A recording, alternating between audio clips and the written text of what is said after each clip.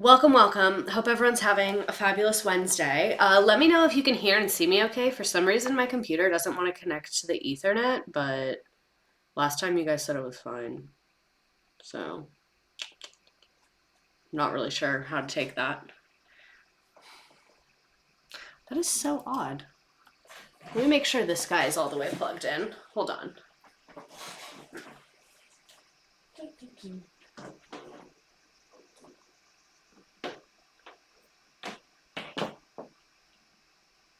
Maybe that was the problem? Who fucking knows? Hi, let me know if you can hear me and see me okay. My Ethernet isn't working because God hates me. Details.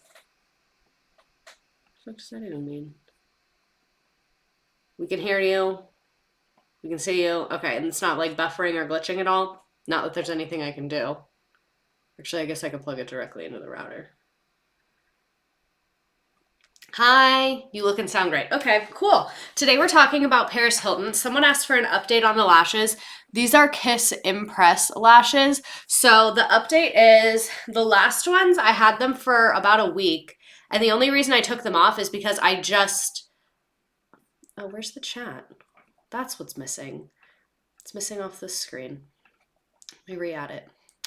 So I had the lashes for a week, and the only reason I took them off is because they just kind of felt icky. Like they were still on there, but it just felt kind of icky. Let me see if that will make the chat work. I don't know why the chat isn't coming up on screen. There it is. Hell yeah. Hell fucking yeah. Women in tech. But yeah, they just felt kind of icky after a week, so I took them off and put new ones on. And so far, so the ones on the edge have kept coming off, but I think it's because my lashes are a little sparser on the edge, so they don't have as much to grab onto. And then just now, like literally just now, I had to put a new one on the edge of this side. And I think I figured out a better way to do it. Like I kind of pulled my eye like apart, so I was able to get it more like, and it worked a lot better. So I think like that was a little bit of user error, but overall I seriously give them a 10 out of 10. They were $20, and I would say one pack I can do my lashes twice. So to me that's like, and then sometimes I'll have to repair one or two. So I would say an average of like $10 to $15 a week, which is way cheaper than getting extensions. This is really good. It's pomegranate soda. Yum. Okay, let's talk about Miss Paris Hilton because we have a lot to talk about. We have 67 slides and multiple videos, so let's get into this. So, for anyone that has been living in a Kimmy Schmidt style bunker, Paris Whitney Hilton, she was born in 1981. That's a question in the game. When was Paris Hilton born? And the answer is 1981. Is an American media personality, businesswoman, socialite, model, actress, singer, and DJ. She was born in New York City and raised there and Los Angeles, and she is the great granddaughter of Conrad Hilton, the founder of Hilton Hotels, and she first attracted tabloid attention in the late 1990s. So, she is famous because she's famous, but also because of her family, because they have lots of fucking money because they're Hilton Hotels. Like, I'm sure y'all are familiar with Hilton Hotels. She actually was very recently in a Hilton Hotel ad, and I am dying to know how the compensation for that worked. Like, did she get, I'm sure she has Hilton stock from her grandpa starting it, so did she get more stock? Like, did they just pay her as a talent deal, like cut and dry, like they would to anybody else? Like, I have so many questions about her being in the Hilton commercial. She is the definition of a Nepo baby. Like, she has Nepo babied harder than almost anyone has Nepo babied before. Truly, truly Nepo baby. Like, she's like the blueprint of Nepo babies. So, already said she was born in 1981 in New York City to Richard Hilton, a businessman, and Kathy Hilton, a socialite and former child actress. She is the oldest of four children, and she has one sister, Nikki Hilton, and two brothers, Baron Hilton and Conrad Hilton. Her paternal great-grandfather was Conrad Hilton, like we already said. She also has famous relatives of Kim and Kyle Richards. Those are her maternal aunts. So for those of the Real Housewives of Beverly Hills watchers, don't fucking spoil it for me. I don't want to know. Don't say shit about Real Housewives. I'm on season 5 of Beverly Hills. Don't fucking tell me anything. I swear to God, I will block you. I'm really passionate about this. But anyway, Kim and Kyle Richards, their sister is Kathy Paris is their niece. So Hilton has Norwegian, German, Italian, English, Irish, and Scottish ancestry. This bitch is white. And the family is followed the Catholic faith. So she grew up like mad Republican. Like she grew up like Republicaning harder than anyone really Republican. Like her family was super, super conservative. White in parentheses. Should I make that merch? No, I feel like white supremacists are gonna buy it. Never mind. Delete! Who's on season of Real Housewives of Beverly Hills you're watching? I think maybe I'm on season 6 or 7. They just went to Hong Kong. Actually, they're in Hong Kong right now. They're not back yet. And it's who's on there? Fucking Dorit. I hate Dorit. I don't know. Is that why she said gay men are disgusting? I would say that is definitely a part of it, and we will talk about that situation in great detail. I have much information about it. But yeah, I'm sure part of it is because her family was like mad conservative. But anyway, that is her childhood where she was born. Here's some pics of the girly. This is her right here. There we go. More pics. Like this is perhaps one of the whitest things I've ever seen. And I don't even mean that derogatorily, but like the dresses, the hair, his suit, like it's really just giving white. You know what I mean? I'm scared. It's my people and I'm scared. This looks like a first communion. I have no idea what this is. Couldn't tell you if there was a gun in my head. Here's some more Paris Hilton. And then here's another family photo. This also is a really white photo, even though it's in black and white, but like the ruffles, the hair, the bag, the suit, the background, the fucking bows, everything. Okay, so Hilton moved frequently in her youth, living in Beverly Hills, the Hamptons, and a suite in the Waldorf Astoria Hotel in Manhattan. The Waldorf Astoria Hotel is expensive as shit. If you're living in a suite in the Waldorf Astoria Hotel, you need to be paying more in taxes. That's all I really say about that. It is so fucking expensive there. So for you to live there, that's ridiculous. Her relatives described her as very much a tomboy who dreamed about becoming a veterinarian. Her mother recalled her saving money to buy monkeys, snakes, and goats, and once leaving the snake out of the cage at the Waldorf. So Paris Hilton is like down in the dirt. She's a tomboy. She loves the animals. She's got her snake. She's living her best life, whatever. Hilton was raised in a sheltered, conservative atmosphere. Her parents are particularly strict, and she was not allowed to date, wear makeup, or certain types of clothes, or go to school dances. Her mother enrolled her in etiquette classes with the idea of introducing her as a debutante, which Hilton was reluctant to do so, as she did not find it to be real or natural. She described it as very proper, very prim, almost like a Stepford wife. The family's social circle included figures like Lionel Richie, Donald Trump, and Michael Jackson. So, like, I could not be exaggerating it when I say these are fucking rich people. Like, I don't know how to reiterate it more clearly that these are the epitome of rich people. And let me know, as long as you can still hear and see me okay, the fact that the Ethernet isn't working is like really like not sitting well with me. I really don't like that. But anyway, succession money. Yes, that's the perfect way to describe it. They have succession money. That is what they have. So, growing up in Los Angeles, Hilton attended the Buckley School and the St. Paul the Apostle School, again, Catholic, finishing elementary school in 95. Her freshman year of high school, I'm assuming they mean elementary is like K through 8. A lot of Catholic schools do it that way. Her freshman year of high school was spent at Marywood Palm Valley School in Rancho Mirage, California. I wonder what this looks like. Let's take a look, shall we?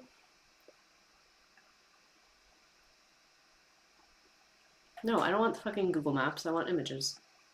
I hate when it rearranges them. Oh, this is nice. I mean, obviously it's nice. I don't know what I expected.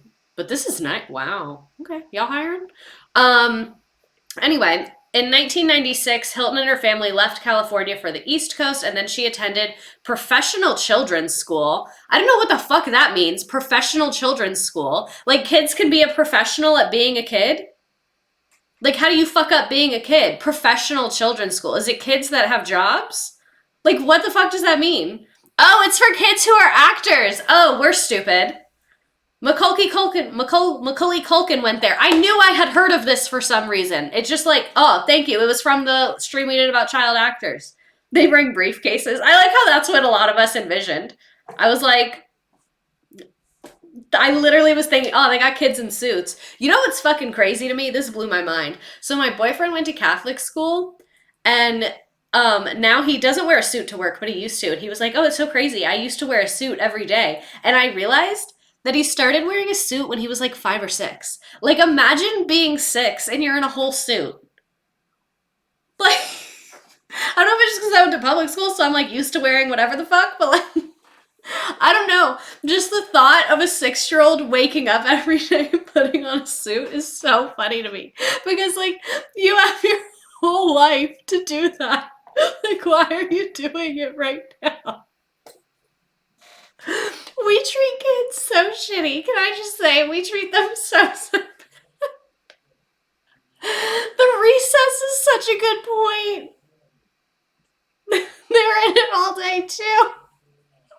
Imagine being at recess and you try to play kickball and you're wearing a whole suit and a little brief.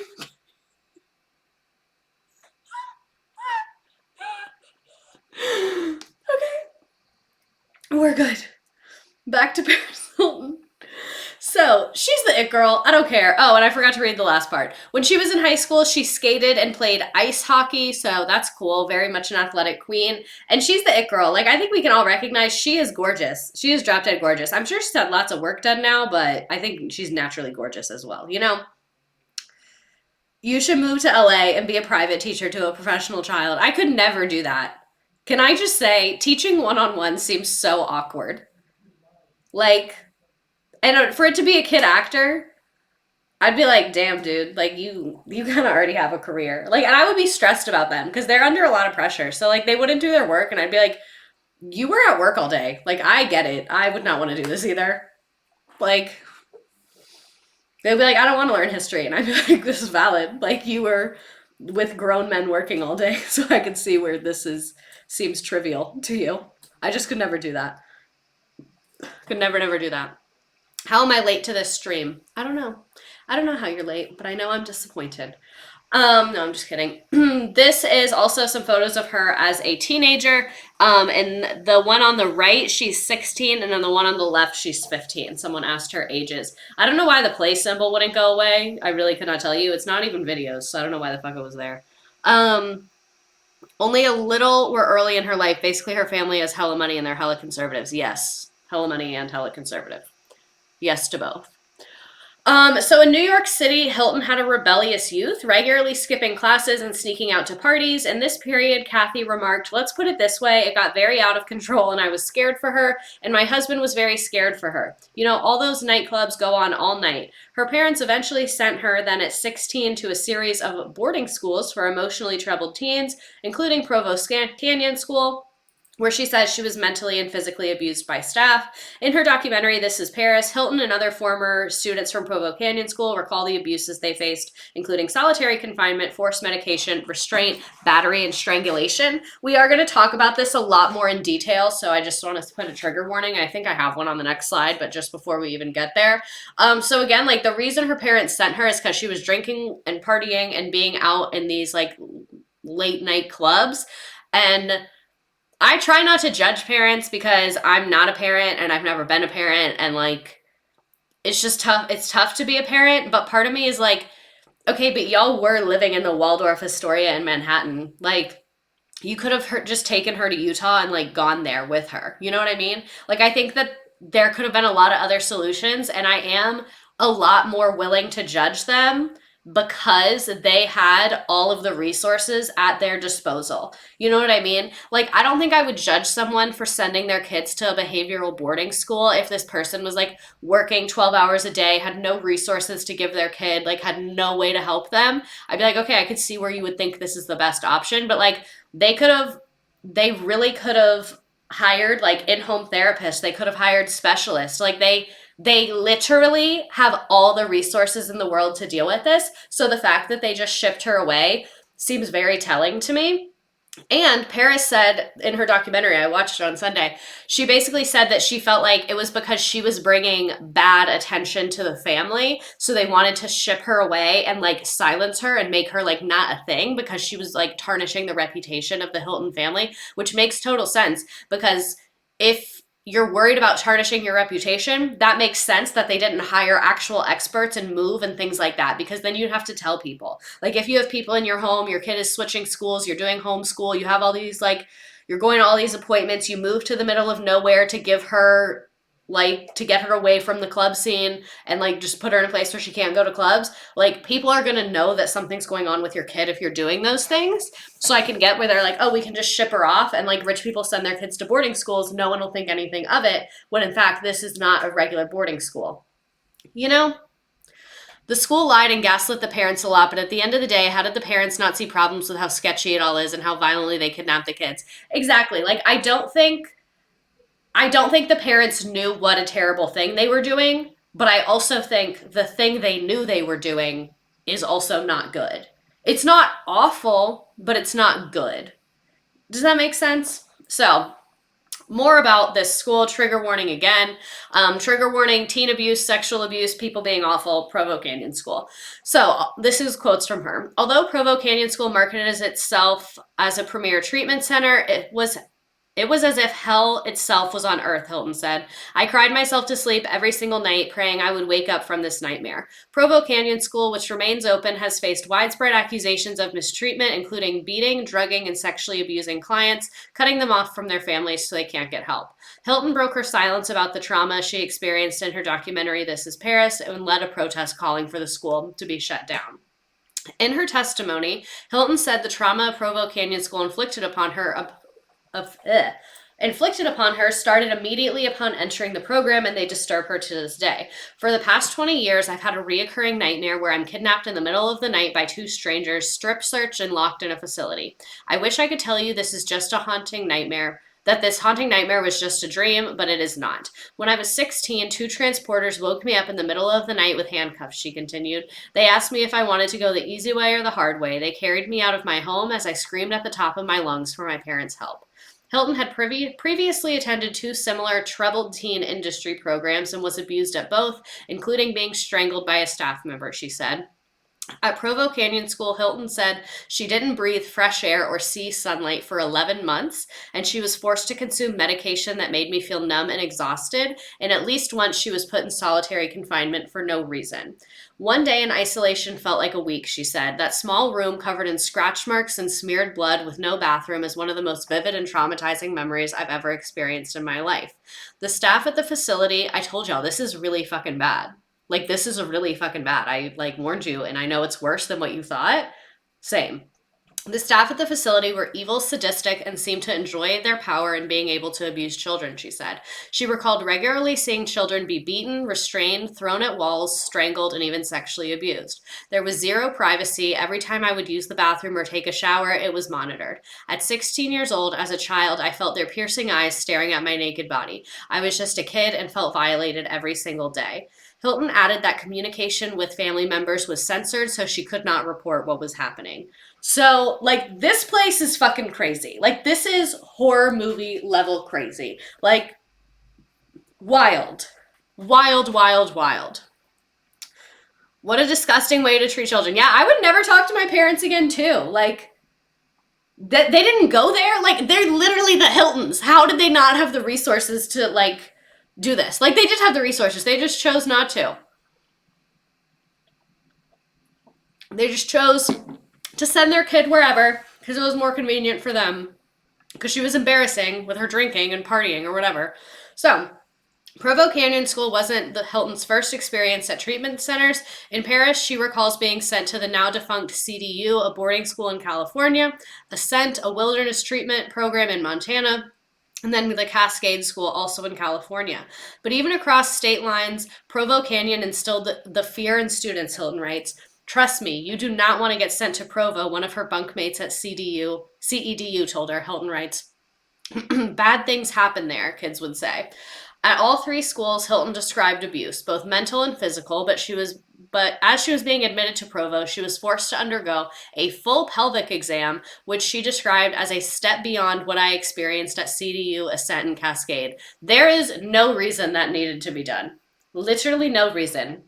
No reason that needed to be done. That is literally in fucking sane that they did that. Um, Hilton explains in detail the lengths that staff would go to make students uncomfortable. Many of the employees, she claimed, degraded children. Among the staff were the orderlies, large, intimidating men who acted as the school's enforcers, tasked with restraining uncooperative students. These hulking athletes would dominate a 98-pound kid with ease, Hilton wrote, and if the students resisted, they were injected with a syringe of sedative. I don't know what was in it, but I saw kids immediately go slack when it hit them, Hilton said of the sedative, which she asserts was used often. So again, this is literally a horror movie, and I am scared. I am terrified. It is a horror movie. 0 stars, 0 stars, 0 stars. So, Hilton describes the year she spent in Provo as basically a giant hole in my life. Much of that is because the time spent in an observation room, which according to Hilton is akin to solitary confinement punishment. The observation room is first detailed in her book after she was caught refusing to take pills prescribed to her. The room was dimly lit and cold, described as a meat locker. In the next room over, a girl screamed and screamed for what seemed like a long time, Hilton wrote. Those kind of experiences led to suicidal ideation, Hilton said. They took everything from me. Light, space, comfort, my clothes, my name. We weren't allowed to dance, sing, or even hum. I had no canvas to paint, no clay to sculpt, no way to write, sketch, sew, collage, nothing. Hilton says her time at Provo Canyon School gave her a love-hate relationship with sleep that would plague her well after she left Utah. The sum of the trauma is a result of what she calls digital rape. This part did not really make a ton of sense to me, and I think that they might have used something from a different article because I saw a different thing where she said that when a sex tape of hers got released, that was digital rape. So I think the person that wrote this fucked up a little bit, but it's in the sources. But anyway, back to Provo Canyon School. They called it a medical exam. Hilton writes of the unannounced late night trips to the infirmary for a pelvic exam. The experience was so bad that a student devised a plan to stab one of the employees with multiple syringes that were on hand in the infirmary, then trying to escape. According to Hilton, when one of the girls asked, "What if he dies?" the student responded, "What if we die?" Staff ultimately discovered the plan and the students were all punished, according to Hilton. Oh, digit like a finger. Oh, I get what you're saying. That does make sense now. That does make sense. Okay. Still, very fucked up. Wow, that's more fucked up now. Damn. Ugh. Ugh. That gave me the heebie-jeebies. I wish I hadn't put that in there now. All right. There were bizarre experiences, including one where a kid had to lie on the floor and a trainer shoved a towel in their mouth and the kid had to bite down and try and keep their head off the floor while the trainer yanked on the towel trying to lift them up. And yes, this is as violent as it sounds. There were stories about people losing teeth and a girl whose jaw was so messed up that she needed surgery. How is this place still in business? The school psychiatrist told Rick and Kathy that Paris would lie and do anything to manipulate them into coming home. Be so fucking serious. That is so manipulative and so nasty that they're telling parents that they're like, if your kid says some crazy ass shit, they're lying. We've seen it a million times. So if they say that some crazy shit's happening to them, just know that it's not. When it literally is, and you work there and you're seeing the crazy shit. Like, this is so fucking scary. So when Paris was finally allowed a phone call, it was supervised by 2 staff members and her parents had been primed to disbelieve her. When Paris started telling them what was happening to her, staff took the phone away and told her parents she was lying. Paris was able to escape and ran to a payphone where she called Kyle Richards. Kyle called Kathy, who called the cops, and they took Paris back to the school. When she returned, a staff member backhanded her so hard she fell to the ground, and then one of the enforcers got on top of her and beat and choked her while a crowd of people watched. And a lot of people were giving a lot of hate to Kyle Richards for this. I'm not going to give hate to Kyle Richards for this because I think when this happened, Kyle was like 19 and living on her own in an apartment and had just like moved out and like she didn't know any of this was going on. So naturally, if your niece, if you're like 20, 19, 20, and your niece, who you don't know is in this situation, calls you and is like, I escaped from school, can I come stay with you? You're gonna call her parents.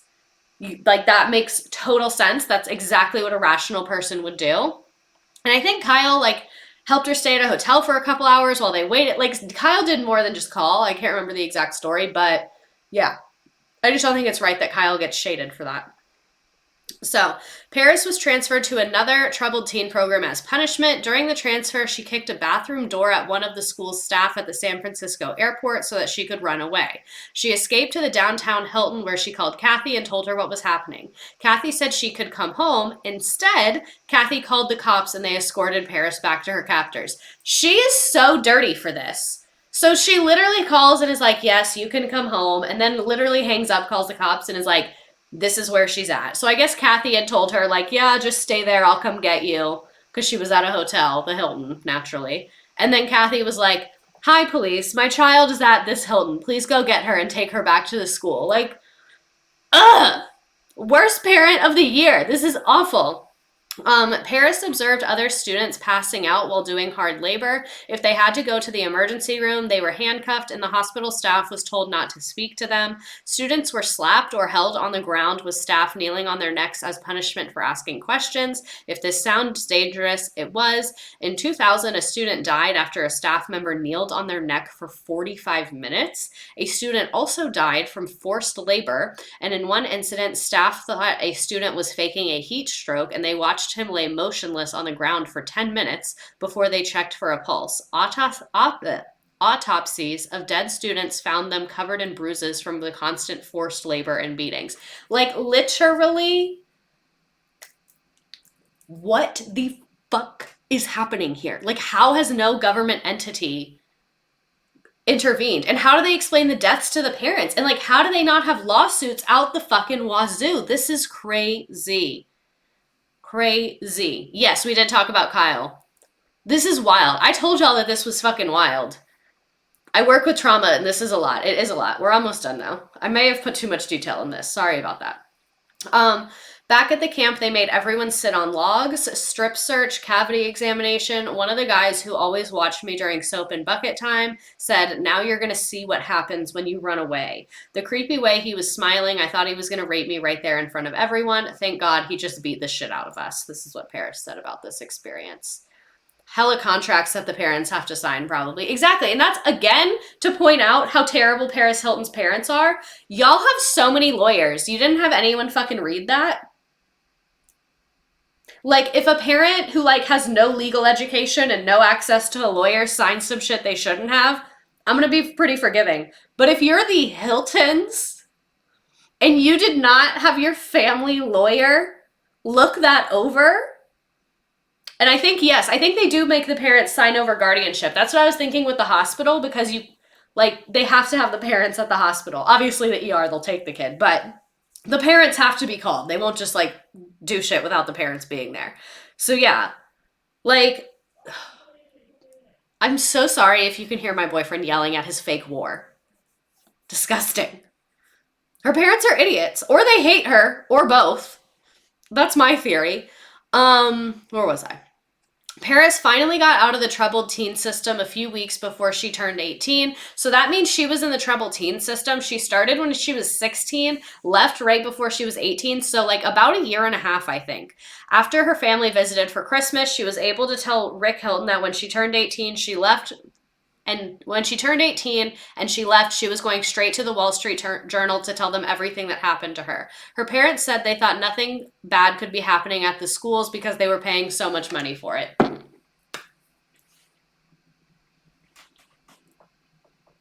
What the fuck do you mean you thought nothing bad was happening because you were paying so much money?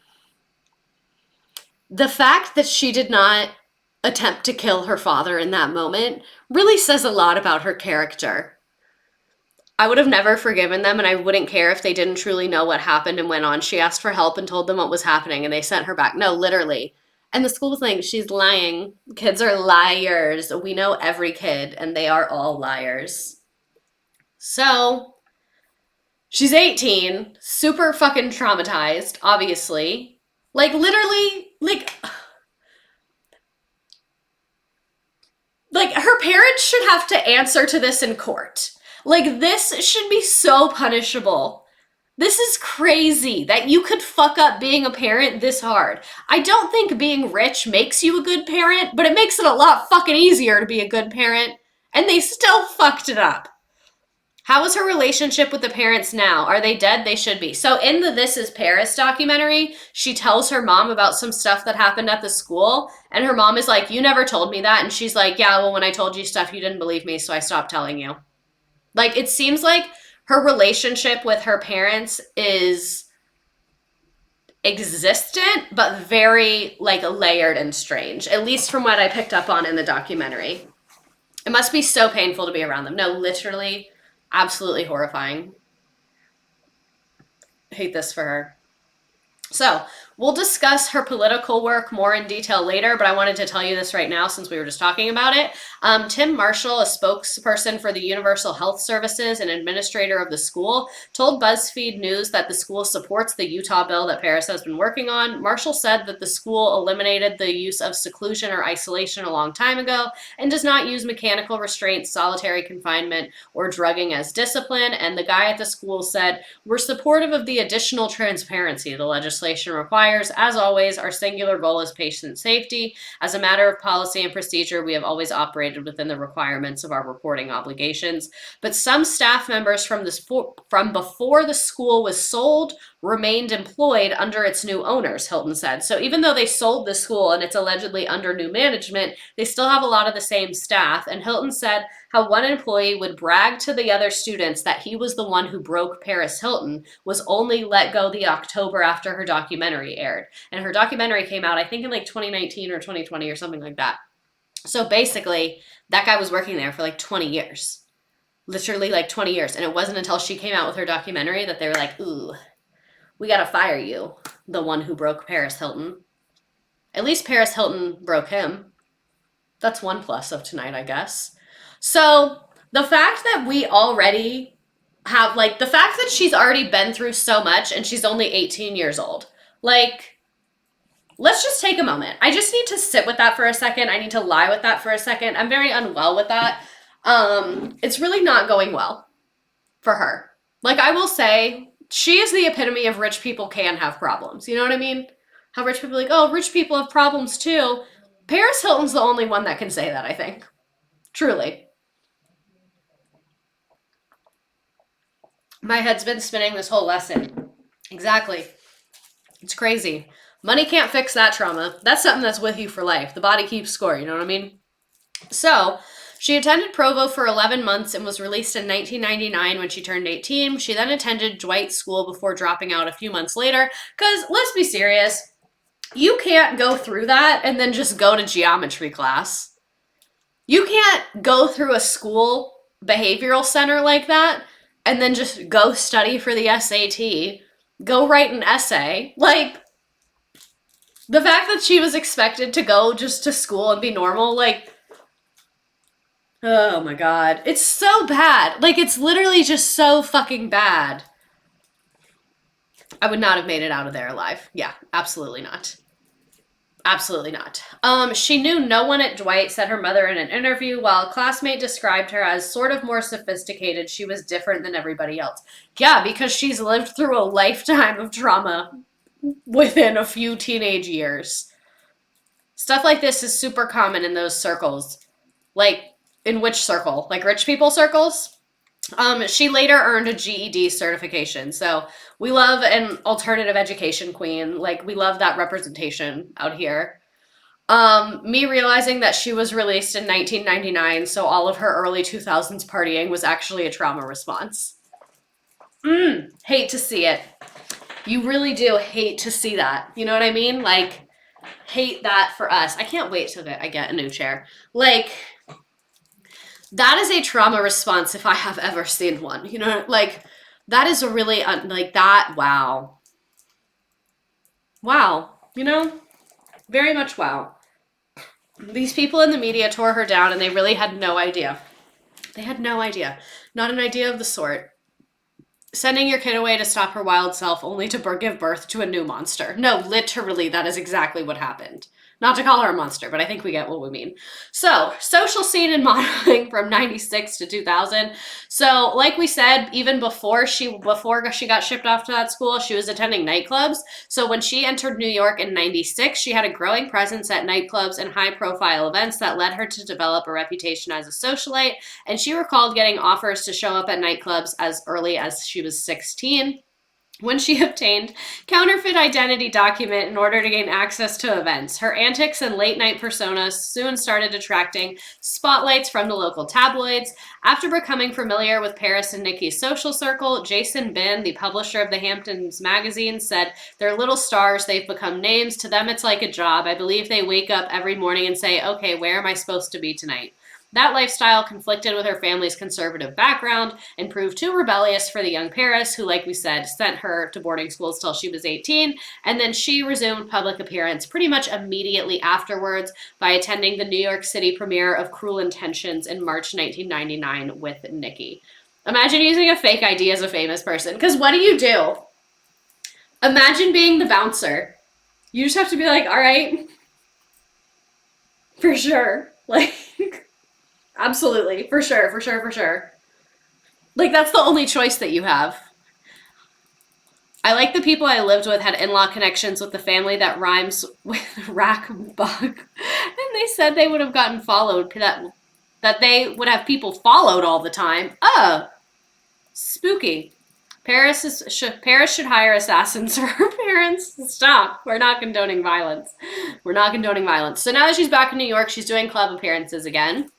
A New York profile by Bob Morris, published in October 1999, described her and her sister as the littlest socialites in town. Without even a smile, they can breeze past the velvet ropes at Moomba or get a seat at Les Bibliothèques. I fucking hate New Yorkers. Love y'all, just kidding.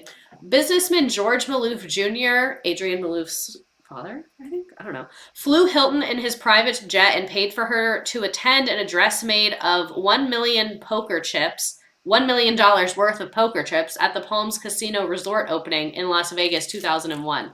I want to see this. I want to see this.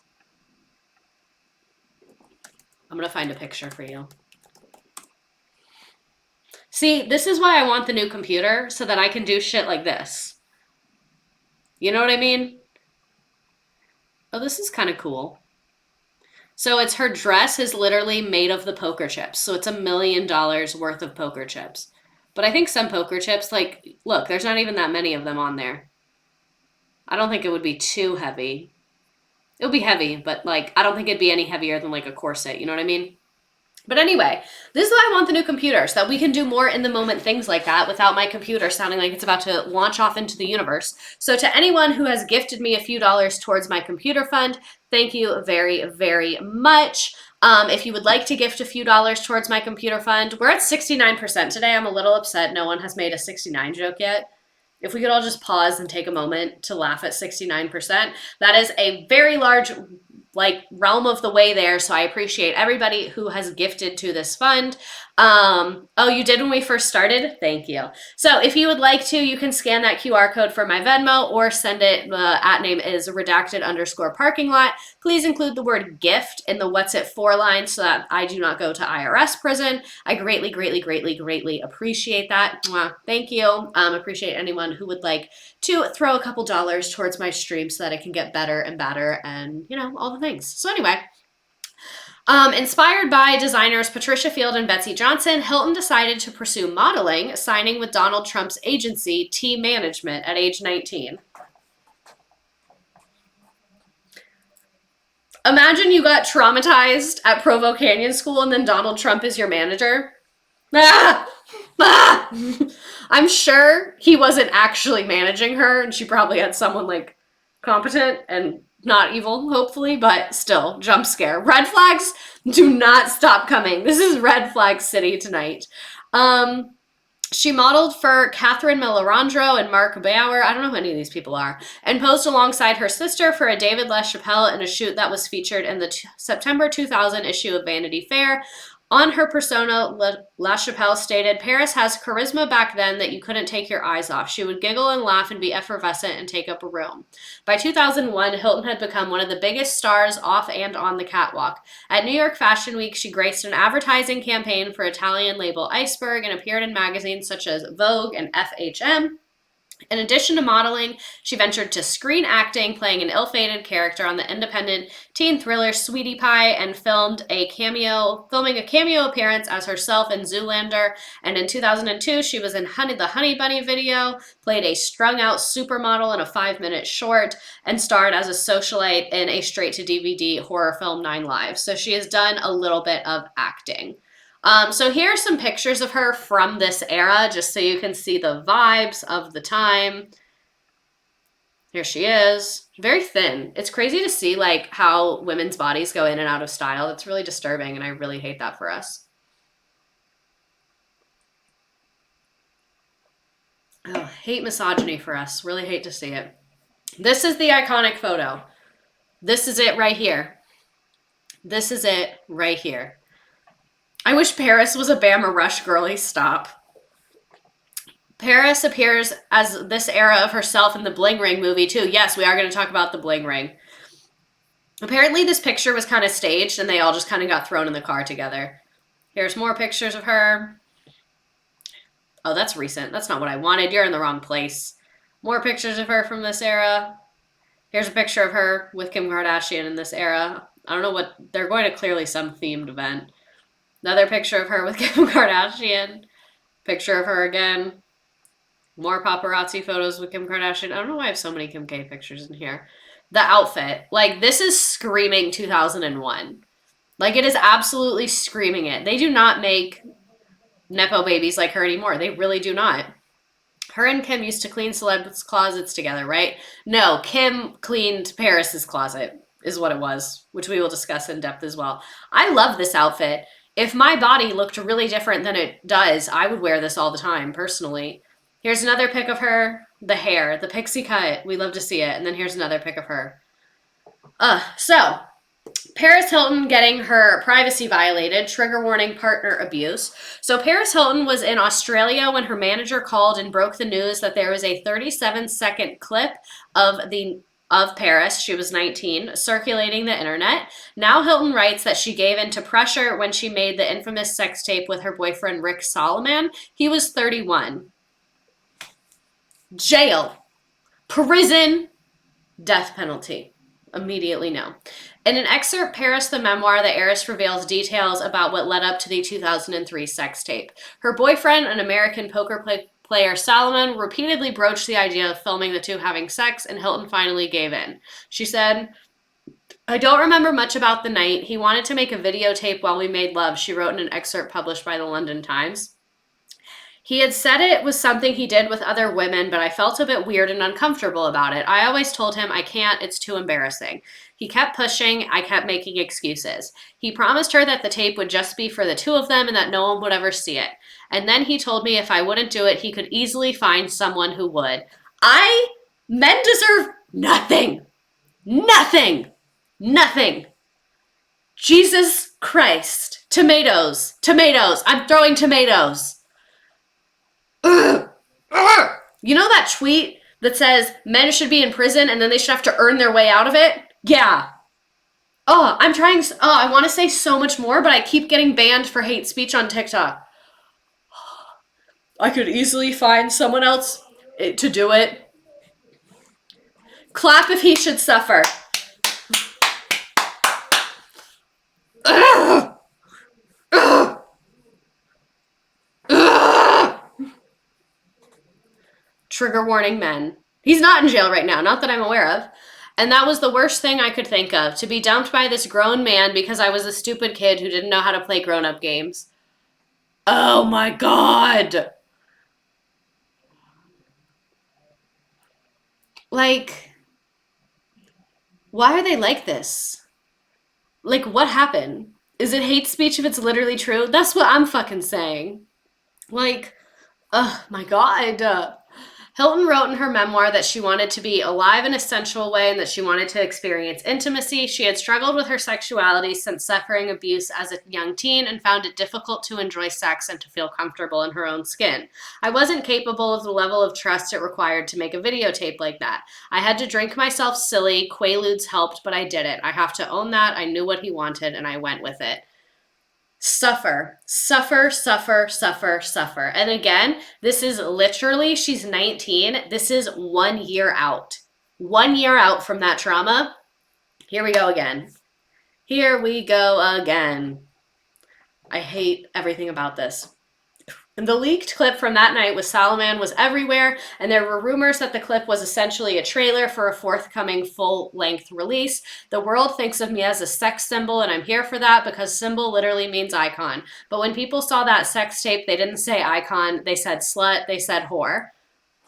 A phenomenal explanation. Phenomenal explanation. Yes, everyone in her life literally failed her. I feel so bad for her.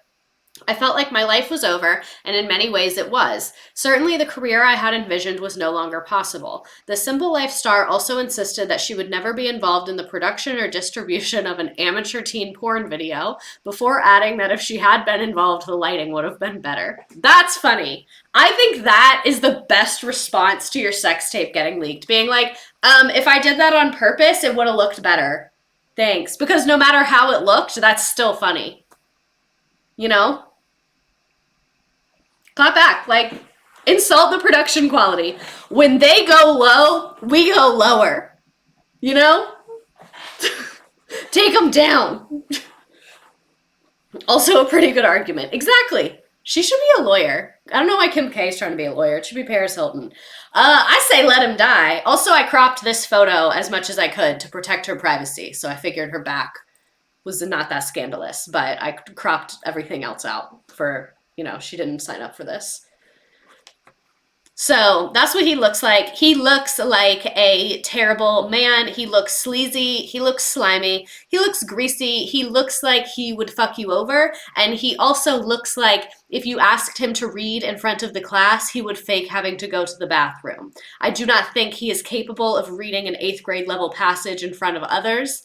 I think that he is very ugly and probably in debt.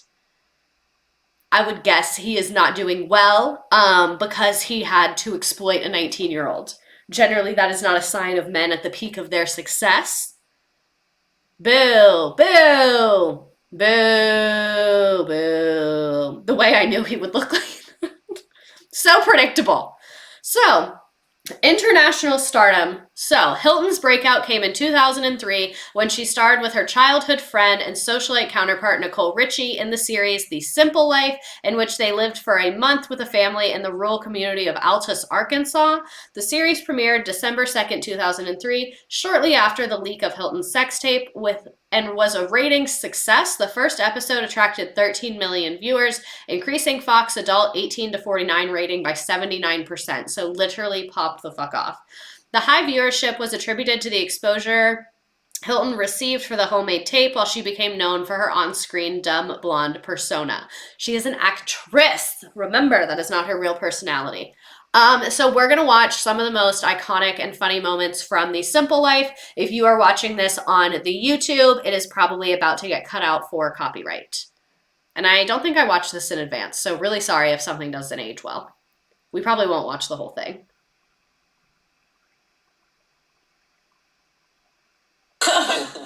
Now, do you guys hang out at Walmart?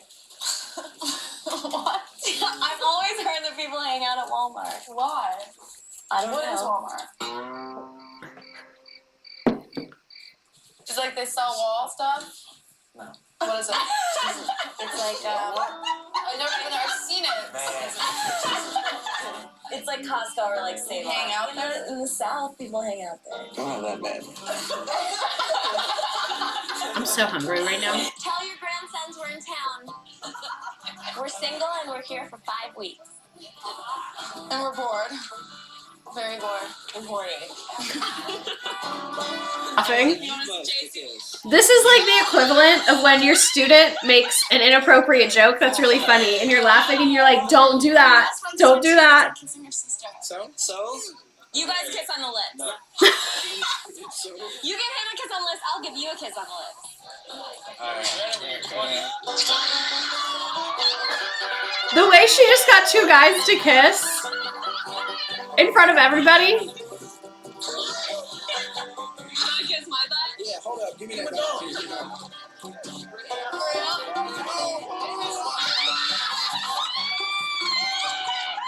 TV is not what it used to be. Both upside down. It's just the most action I've got all week. If a girl is gonna be mean, she's gonna suffer the consequences. What's up? You don't like hate me? No. Why are you so here me as Justin?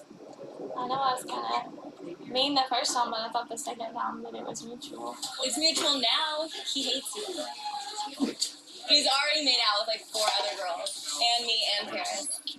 Why are you getting mean to me? Like, why would you say that? It's the way they're defending their friend. Jealous or something? You're gonna be really sorry. Yeah. We're gonna tag him in tonight. No, I'm just kidding. Oh, thank you, Abby, for the Venmo. Thank you, Sam, for the Venmo. That you do. I don't. This entire thing. Like, this is what I mean. It seems like she is, like, kind. Hold on 1 second, sir. We have no other choice, Nicole. I'm not giving it back. Go. Yeah.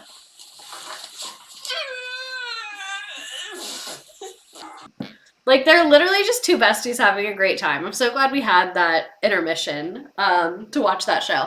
But by 2004, she had taken on a number of supporting and guest starring roles in films and scripted television, like Raising Helen, The O.C., Confessions of an Heiress, Tongue-in-Cheek, Chic Behind the Pose, which was her book, was on the New York Times bestseller list. Also, a lot of times, your publisher puts you on the list. If you buy enough of your own books, you can get on that list. So it really means nothing to be on the New York Times bestseller list, unless the person had no fame before. If they had no money and no fame and had never done other books that had done well, then it's legit. But if they have any type of fame before and their New York Times bestseller, is bullshit.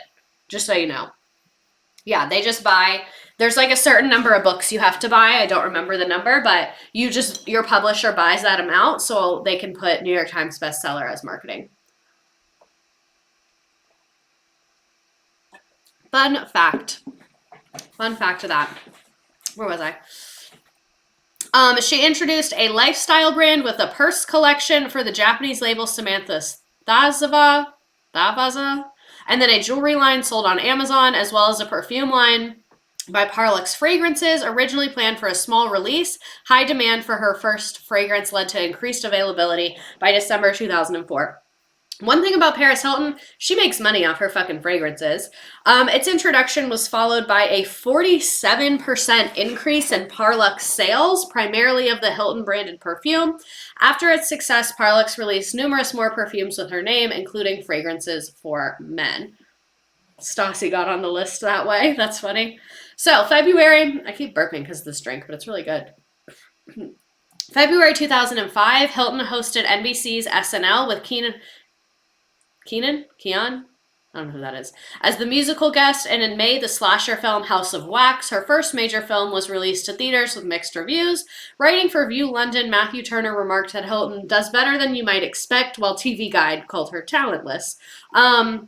Her role earned the Teen Choice Award for Best Scream and the 2005 Razzie for Worst Supporting Actress, and the nomination for Best Frightened Performance at the 2006 MTV Movie Awards. So really, like, wildly mixed reviews. People hate her, people love her, they don't fucking know.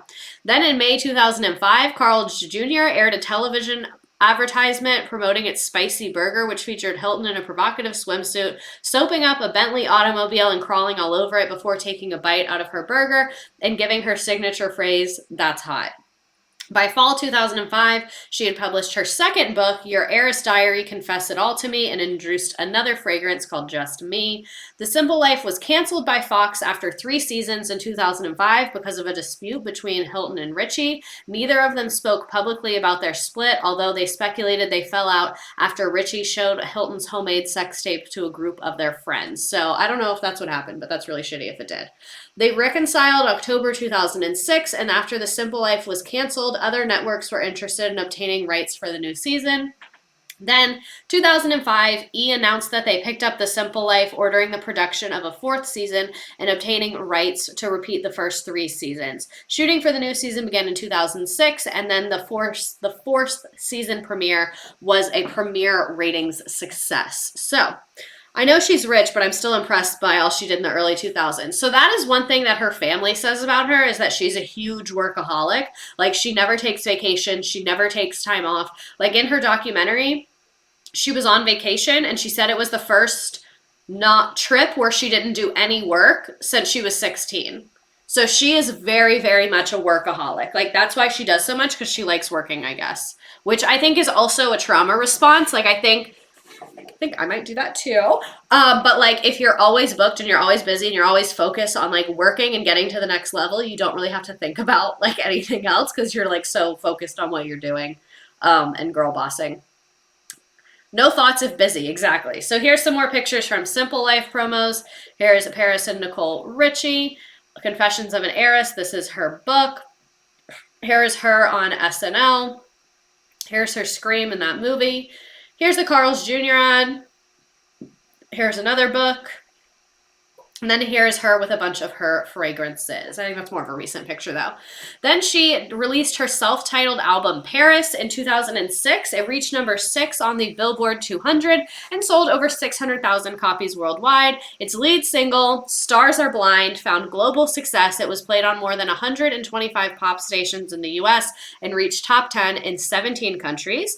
Critical reception was generally mixed, but AllMusic called the album more fun than anything released by Britney Spears or Jessica Simpson. Stars Are Blind is one of the best songs ever written, and I'm willing to say that. In 2006, Hilton was also top billed as the vain, dumb blonde characters in comedy films like Bottoms Up, National Lampoon's Pledge of This. Australian's urban cinephile described Hilton as she spends most of her time on screen flicking her hair as she delivers lines like, "Books are those things you read," and she reportedly missed the Cannes Festival premiere for Pledge This, protesting an addition of several nude scenes, which resulted in Worldwide Entertainment suing her in 2008, alleging that she did not fulfill her contractual agreement to provide reasonable promotion and publicity for the film. Despite receiving a $1 million fee for the role, Hilton licensed her name to Gameloft as well in 2006 for a mobile video game called Paris's Diamond Quest. And then The Simple Life finished in 2007. And that year, she also introduced her 4th perfume, Can, her Dreamcatcher line of hair extensions with Hair Tech International. She signed a licensing agreement with Antebby for a signature footwear line.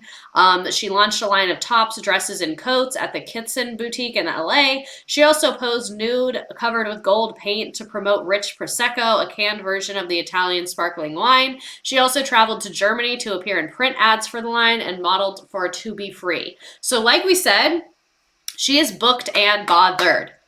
Booked and bothered. Here's the Stars Are Blind promo. Here's her in one of those movies. Here is that Diamond Quest thing. I accidentally put that in there twice. And then here's her ad for that Rich Prosecco. This isn't the nude ad. This is a different one. My sister wore Paris by Paris Hilton perfume, and it is a core sense memory. Of course it is.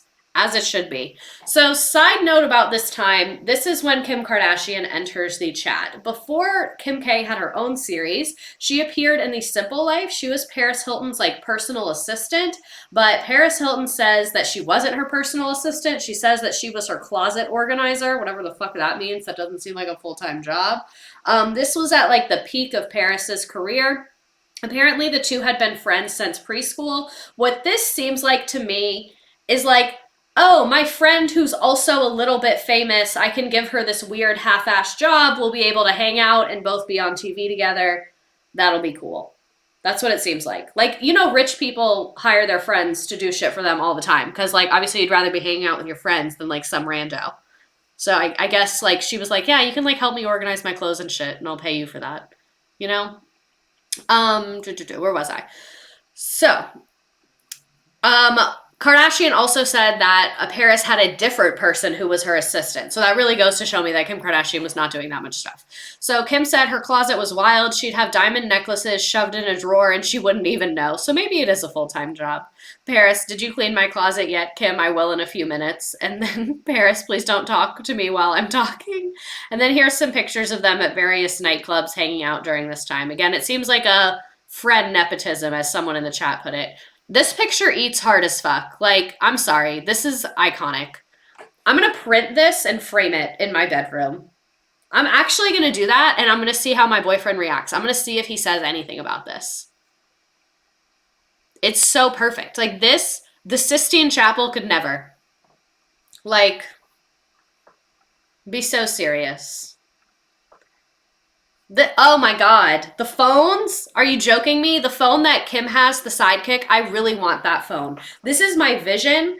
I'm so addicted to my phone and it stresses me out so bad. I want to be able, but I don't want to get rid of it, obviously. I want to be able to leave my iPhone at home and go out with my Sidekick. Because if I have an emergency, I can call somebody and I can text my boyfriend because I don't want to see 9 texts. That's annoying. But I can like text my boyfriend, let him know when I'm on the way back. I can text my friends, let them know like, hey, I'm here, I'm lost, whatever.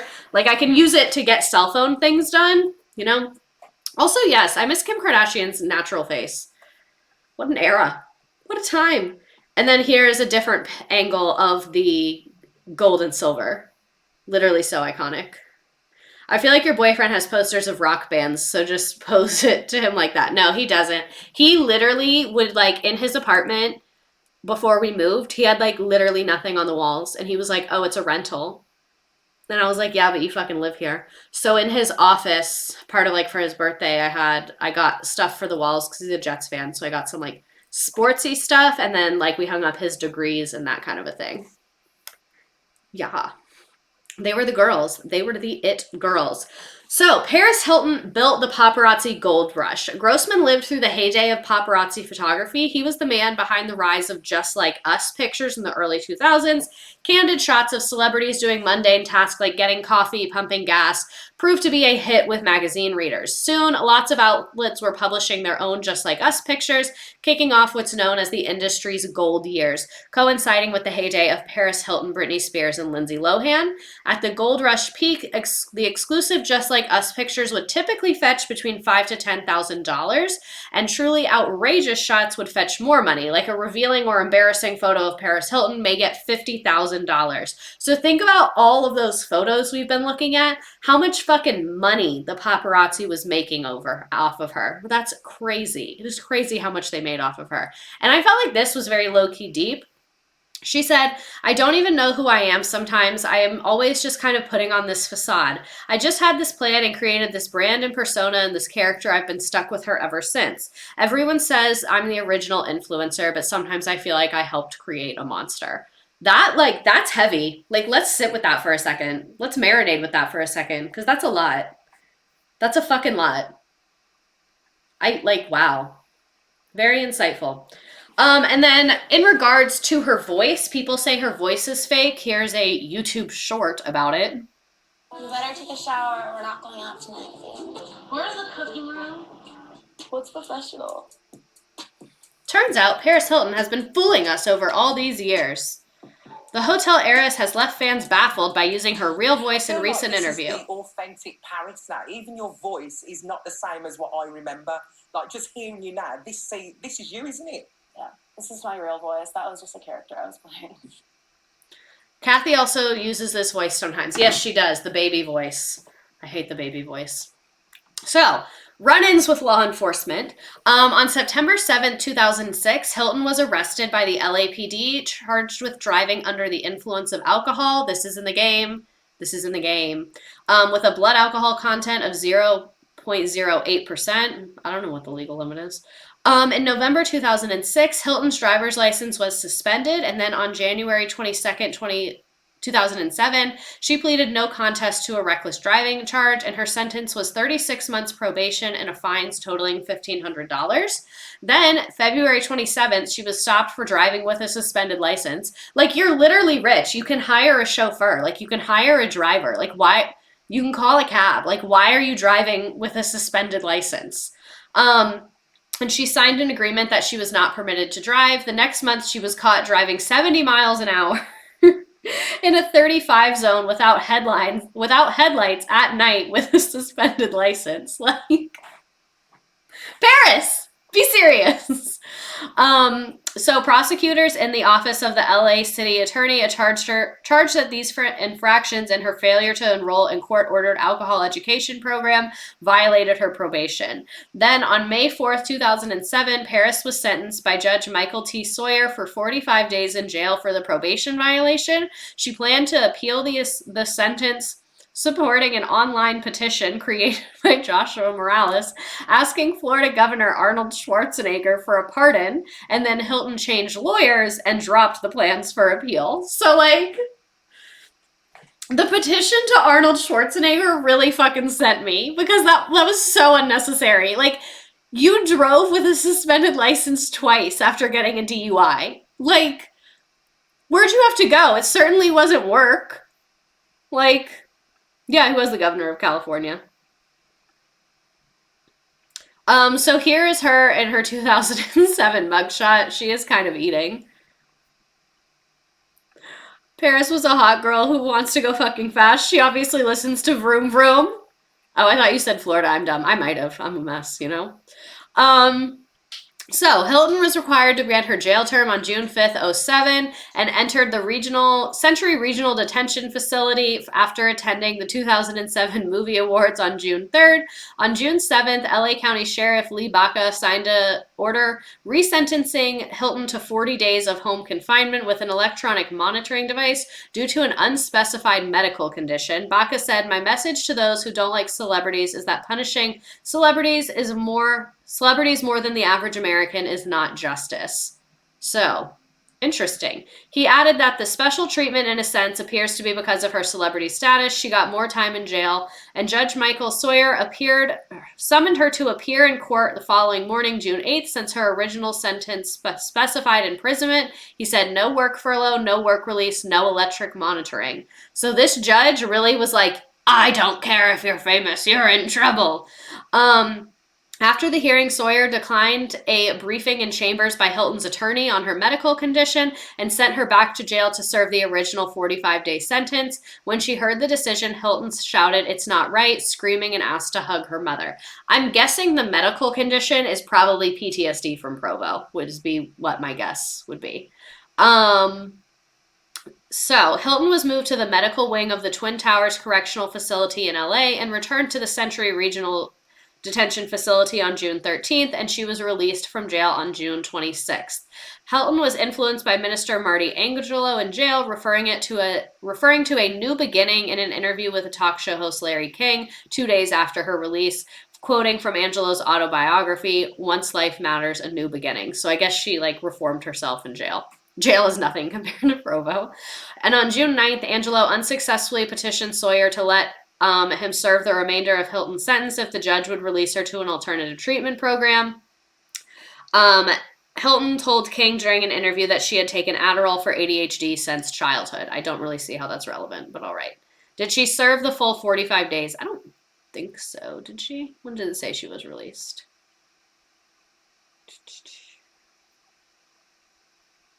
She was released on June 26th. And she went in on June 7th. So no, that's not 45 days. Overall, seems like a little bit of a clusterfuck. 13 days she served. Thank you. So, Paris famously kept a slew of personal items in a storage locker between moving houses. I don't think that's weird. In 2007, they launched a site called ParisExposed.com where they posted things that they had found in the unit and charged fans just shy of $40 a month for access. Among the personal items they shared were medical bills that revealed sensitive information, phone numbers of her celebrity friends, a private journal, prescriptions, bank statements, and home videos. One of the videos shows Paris and her younger sister Nikki Hilton dancing together at a house party to Notorious B.I.G.'s Hypnotize. While dancing with exaggerated movements, Paris approaches the camera and says, "We're dancing like two N-word." Elsewhere in the clip, she describes another partygoer as fucking hoodlum broke poor bitch like Compton public school bitch. and repeatedly calls a male friend the F slur gay. You know, the one that I'm talking about. Then in 2020, Jezebel was sent an archival Paris exposed footage of Paris singing a parody of We Are Family by Sister Sledge, which she changed the lyrics to.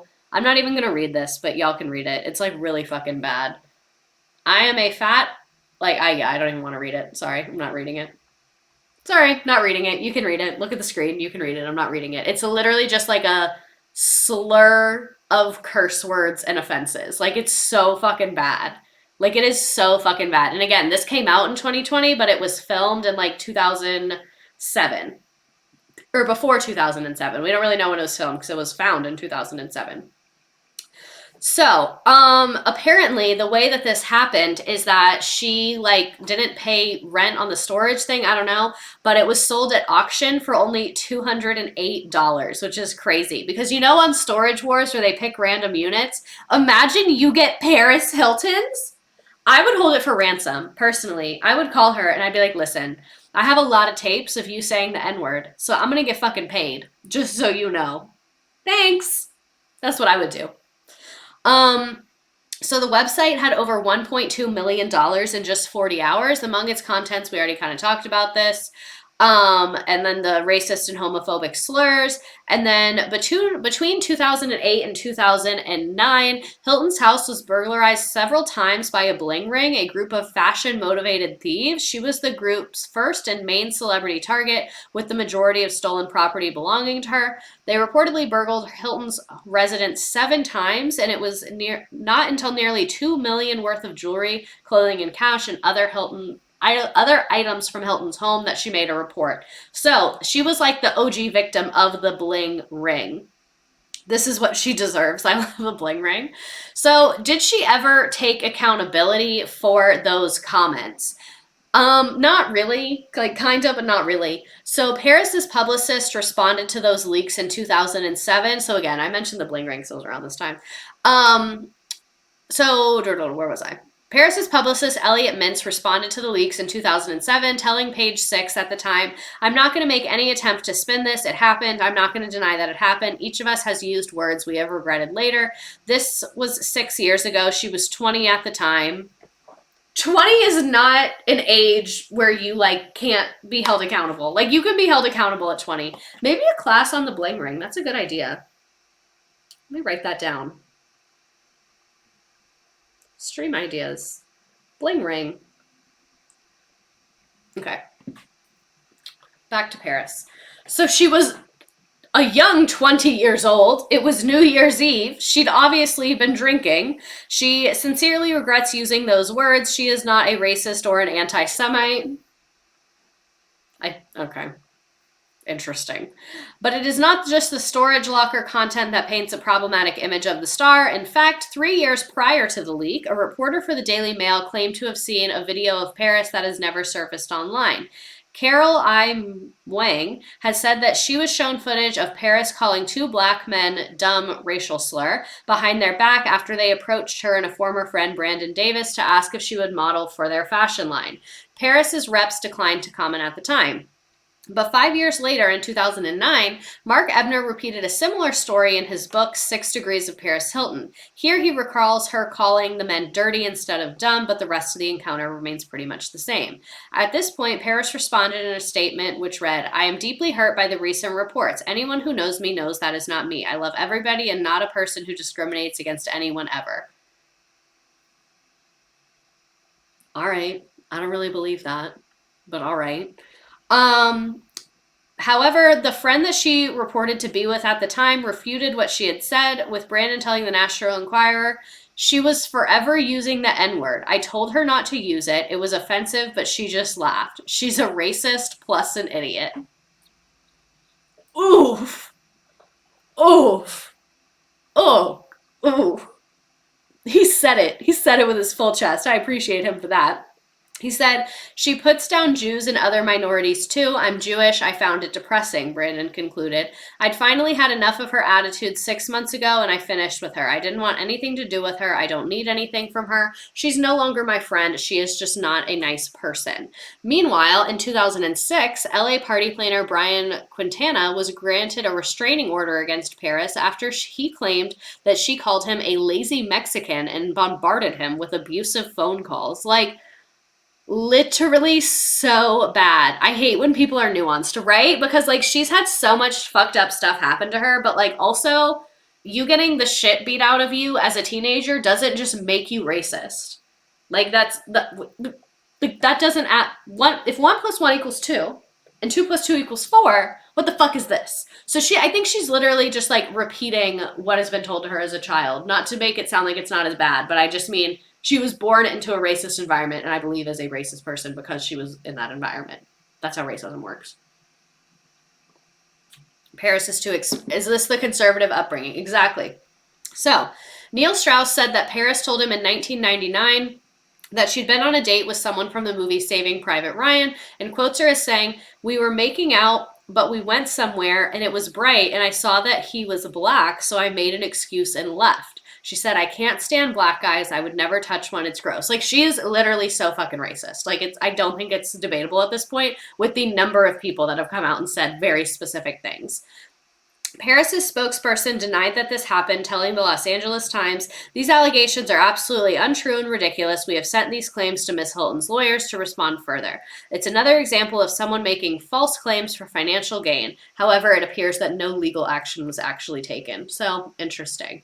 So we will get back to the 2009 drama momentarily, but I wanted to show you what she recently said about this because she is still not taking accountability. Like, I was hoping that later she had been like, "Hey, I never took accountability for this. Let me take accountability for this." But she didn't.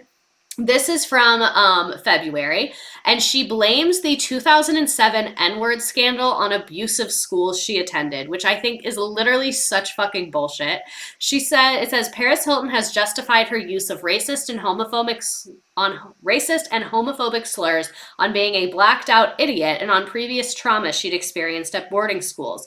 The heiress was recently again called out for using the N-word when referring to black people and for derogatory comments against gay and Jewish people. A video surfaced in 2007. We already know this. She said, this was recently what she said, "Yeah, I'm mortified." And Hilton began before adding it was deep trauma that she had experienced that led her to these actions. She also revealed that she was groomed by a teacher in middle school and the trauma she experienced with the release of the sex tape in 2003. Hilton said that her outlandish behavior, including the use of racial and homophobic slurs, was the result of unprocessed trauma. "But after talking to other survivors, I see that so many of the things I did are classic signs of survival, and everyone learns to live life." I literally think that this is such fucking bullshit. Like, I think that is so not a reason for you to have done this. Like, I think it makes sense if, like, she had been known for getting in violent fights at bars. She had gotten into tons of relationship arguments very publicly. Then that would make sense. If it's like, I was going through a lot of trauma, I'm not proud of who I was and the way I treated people. But I am just not seeing the link between what happened at Provo and the use of racial slurs. Like, especially because it was the same repeated slurs, that literally does not make any sense at all to me. But in her memoir, Paris Hilton further explained that in the attack therapy sessions, people went for the most obvious target in the ugliest language possible, the N-word, the C-word, the F-word, not that F-word, the worst one. "I don't remember half the stuff people say I said when I was being a blacked out idiot, but I'm not denying it." Still, I really don't think, like, I don't know, man. I really just don't see the link between those two things. You know, when you're so abused, you become racist and homophobic? Like, that was already in there. Maybe her trauma made it harder for her to suppress those emotions, but those were there. Do y'all get what I'm saying? Because again, like, nuance. People are nuanced. So I'm sure her trauma made it harder for her to act like a civilized person in public, but it doesn't make you do that. I'm not a doctor, but I'll say that. Me finding out that a rich white girl from one of the richest and most conservative families used slurs, Shocking. I, for one, was shocked. And then July 2nd, 2010, she was accused of smoking marijuana at the FIFA World Cup between Brazil and the Netherlands. She was escorted away from the stadium by local police, but the case was later dismissed. Her publicist, Don Miller, said, "I can confirm that the incident was a complete misunderstanding. It was actually another person in the group who did it." 2 weeks later, Hilton was detained and released after she was caught with cannabis at the airport. That's really funny. Like, I don't even care that she smoked pot. I really don't give a shit, but I just thought it was really funny that they were like, it was all a misunderstanding. And then 2 weeks later, it happened again. Like, they misunderstood you really hard, girl. Like, at the airport. Then August 27th, 2010, Hilton was arrested in Las Vegas, but on the suspicion of cocaine possession. She was with her boyfriend, Cy Watts. Her boyfriend, Cy Watts, was charged with driving under the influence. Hilton and Waits were booked into Clark County Jail. That's a rough jail, where Hilton was kept handcuffed on a booking room bench, fingerprinted and photographed and released without bail. Hilton's defense inherently claims that the handbag was not hers. The person questioned was a high street brand and by no means up to her high fashion standards. She later claimed personal items, including cash and credit cards from the bag, acknowledging that it was hers. The amount of time she's like, it wasn't me. And then later she's like, oh my God, it was though. Sorry. So she pleaded guilty on 2 misdemeanors. Under the terms of the plea bargain, she was sentenced to 1 year of probation, 200 hours of community service, a $2,000 fine, and the completion of a drug abuse treatment program.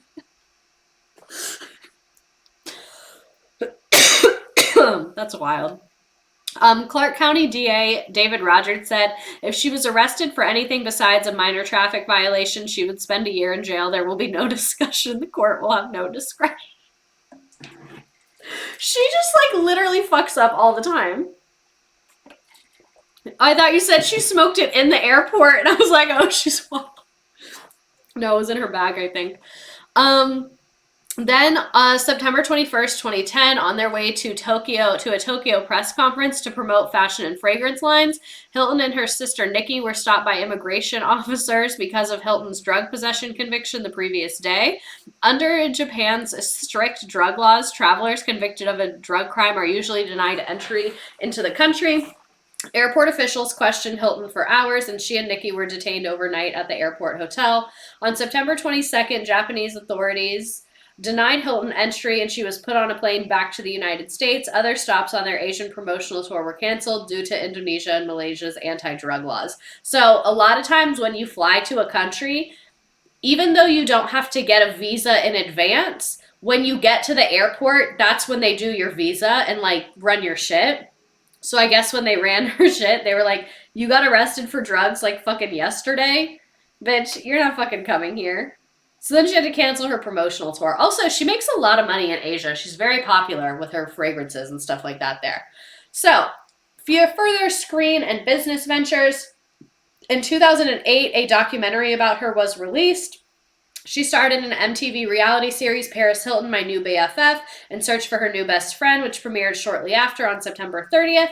It was a hit and topped all other cable shows in its time slot. And then in 2008, she also released her 5th fragrance for women, Fairy Dust, inspired by her love for dogs. She created a canine apparel line, Little Lily by Paris Hilton. She releases a 6th fragrance, a sunglasses line, a range of hair products, including shampoos, conditioners, and vitamins. Why is it always vitamins? Why does everyone sell vitamins? Then they did a British version of Paris Hilton, My New Best Friend, and then a Dubai version. So that's cool, I guess. We haven't even covered the dog yet. We're not even getting into the dogs. We simply had too much to talk about. I'm so sorry. We don't have time for the dogs today. I'm so sorry. June 1st, 2011, Hilton returned to reality TV to the Oxygen's The World According to Paris, which focused on her daily life. The series brought in lackluster ratings amid a controversial promotional campaign, which was attributed to Hilton's then fading popularity in North America. So she is kind of starting to enter her flop era then. So then in 2012, she makes her debut as a DJ, which really pissed off DJs. DJs were like, we don't want you to be a DJ. So if you could not be a DJ, we would really appreciate it. but Paris Hilton is going to DJ anyway. And she was at Brazil's pop music festival. Then, also in 2012, homophobic comments. On September 20th, 2012, an audio of homophobic comments made by Hilton leaked onto the internet. The audio was recorded when she was riding in a cab with an openly gay male model in the early mornings of Friday, September 7th. So I'm guessing they were very, very recent comments because it has no year. So I'm assuming it's also 2012. The gay friend was showing Hilton the iPhone app Grindr, which advertises itself as the most popular all-male location-based social networking. It's basically like Tinder, but specifically for gay guys. Quick, convenient, and discreet connections. Say I log into Grindr, someone that's on Grindr can be in a building and tells you all these locations where they can be, and you can just be like, yo, you want to fuck? And he might be like on the 6th floor, the male voice is heard saying. And then Paris said, this is wild, trigger warning. She said, ew, gay guys are the horniest people in the world. They're disgusting, dude. Most of them probably have AIDS. I would be so scared if you're a gay guy. You'll, like, die of AIDS. Like, literally so fucking bad. So fucking bad. Then shortly after, her response to it is even worse somehow. Shortly after the tape was posted, Hilton's publicist said her comments were expressions of concerns about the dangers of unprotected sex, not homophobic slurs. Be so fucking serious. Be so serious. Paris is just concerned about the dangers of unprotected sex. Shut the fuck up. Literally shut the fuck up. What are you talking about? My jaw is also on the floor. Her publicist, in a statement to CNN, confirmed the recording was authentic, but said it was not her intent to make any derogatory comments about all gays. And Paris said, I'm so sorry and so upset that I caused pain to my gay friends, fans, and their families. Hilton said in a part of a lengthy apology she released to GLAAD. GLAAD is the Gay and Lesbian Alliance Against Defamation. And she said, gay people are the strongest and most inspiring people I know. Like, this bitch is crazy. This bitch is literally crazy. So, more on people being creepy besides the bling ring. In 2013, an obsessed fan flew a plane over Malibu with 2 banners, one of which read, can't get Paris Whitney Hilton out of my mind. The other read, Mr. and Mrs. Hilton, may I court your daughter Paris? The same person reportedly posed as a flower delivery man to gain access to her gated community, where he left her a classic Cadillac in 2015. This is literally crazy. So not only is he a stalker, but he's also rich. Then October 2014, Luke Reddans, a man who was completely covered with tattoos of Hilton, appeared to be extremely drunk and was arrested after he reportedly went to her gated community to see her. I want to see the picture of this guy. To the person who said, a quick trippy parking lot, she has so much going on. She really does. Like, so much is happening to her at all times, and it's just very jarring. I want to see his tattoos. Boo, I can't find pictures of his tattoos on the internet. Lame. Okay.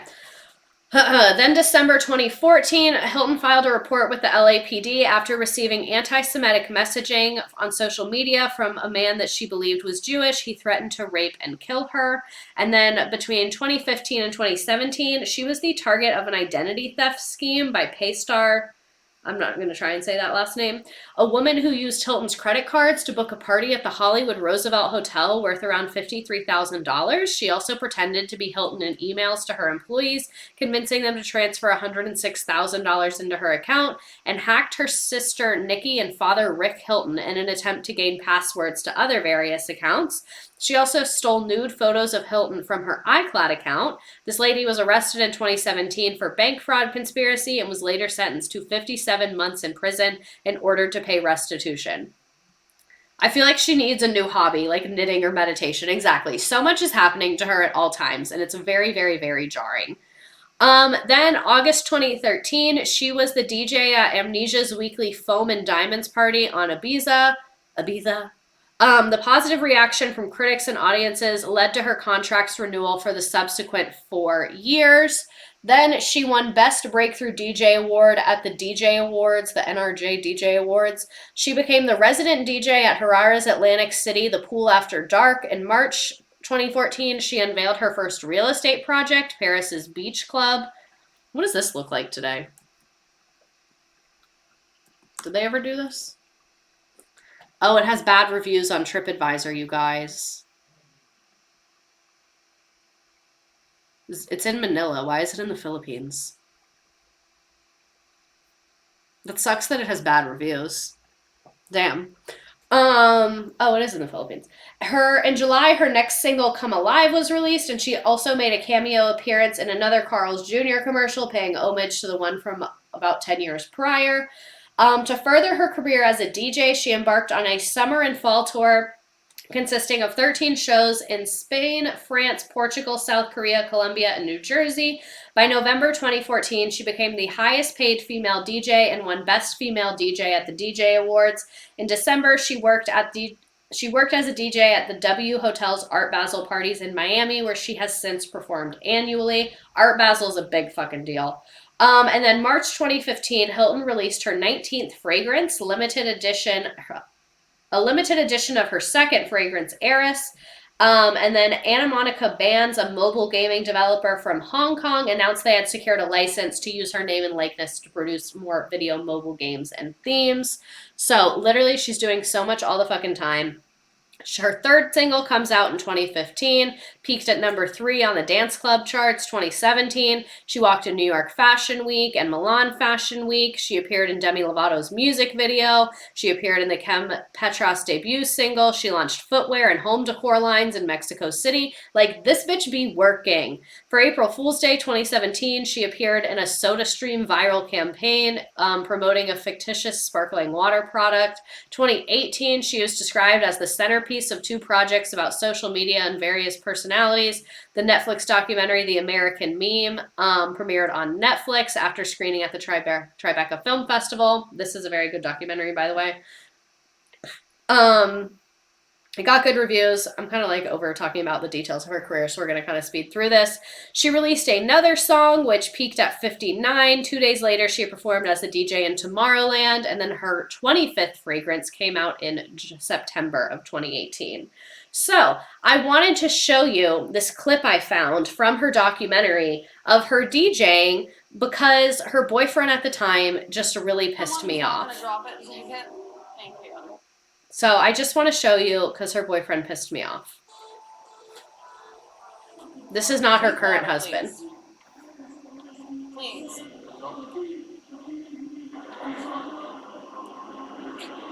Please don't stress me out. I'm really nervous as it is. The baby voice. But baby, I was just doing I won't stress you out, but you left me 5 times today. 9 interviews. It's not my fault. Yes, after that, there was like a promotion. No, that was some And girl. There was some even- girl. She was a new artist. Yes, She was even if you're right, if I say no, you don't have to do it.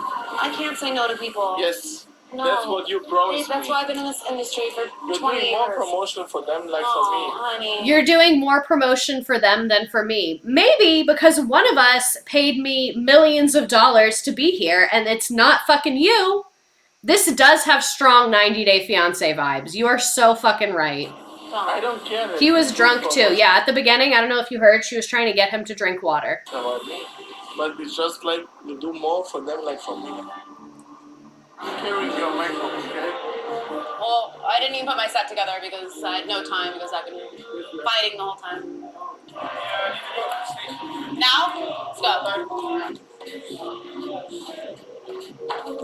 Oh my god. He just closed and dropped her Maybe computer. It's nothing. Jesus Christ. He needs to be dealt with. You can't just drop a computer before a set. What should happen? The computer could break. Please don't close it. How should I keep it open? How? Can someone who's not gonna drop it take it? Thank you. Please stop. Do not do this before my set. The whole set would be Alex? ruined. The reason I'm showing you this is because watching her fucking rebound from this is impressive. Even though, like, she's kind of a terrible, racist, homophobic person, her ability to shut down her emotions and put on a performance, I admire. Can you tell him to chill the out? This is up. I'm playing Tomorrowland. He needs to chill the out. Yeah, I'm he does. sick of this shit. I'm playing in 6 minutes. So insecure. Stop! Are you really doing that before my set? Okay, then never speak to me again. Tell him Period. to chill the out. Please stop. I love you. Please stop. Please stop. Please. No, I'm begging you. Stop. I started 4 minutes. Please. Remember when he said he wasn't going to stress her out? I'm not doing what I said. Can I have his f***ing bracelets cut off? We cut his bracelets off. I just want to pause for have his fucking bracelets cut off. Can we cut his fucking bracelets off? She's referring to the VIP wristbands to get behind stage to be like with her little crew. Absolutely. Cut the bracelets off. Just cut his whole arm off. Just cut it right here and the bracelet will come off with it. Cut his f***ing bracelets off. It's f***ing ruining my entire set. Stop, please, please. I'm gonna start crying on my set. Please. Why is he there? Jesus Christ. The way he's screaming at her and fighting with her when she is literally about to walk out on stage, like, get him away. God. Oh my God. Are you psychotic? Playing the biggest festival of my life.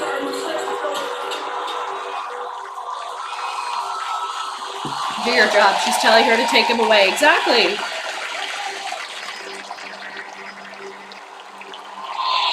And look at her. Ready to fucking crush it.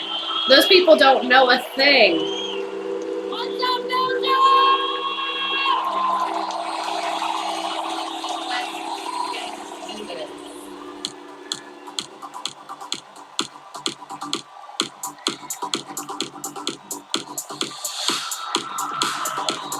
I love her headphones. Stop.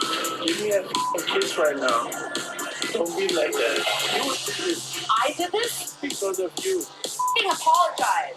Stop. Get the f*** away from me. Give me your f***ing bracelet. F***ing ass.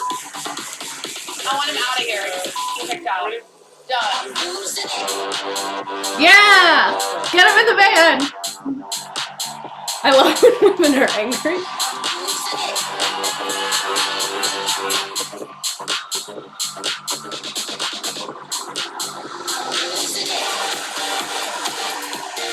She looks like she's doing great and having a great time.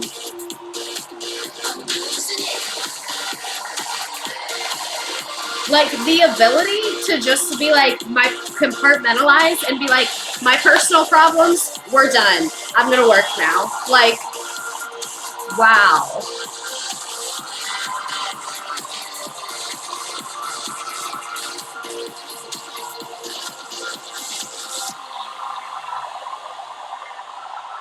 I love you, Colin. Thank you. So I just wanted to show you that because it made a big impact on me. So in 2020, she released that documentary, This is Paris. It's on YouTube.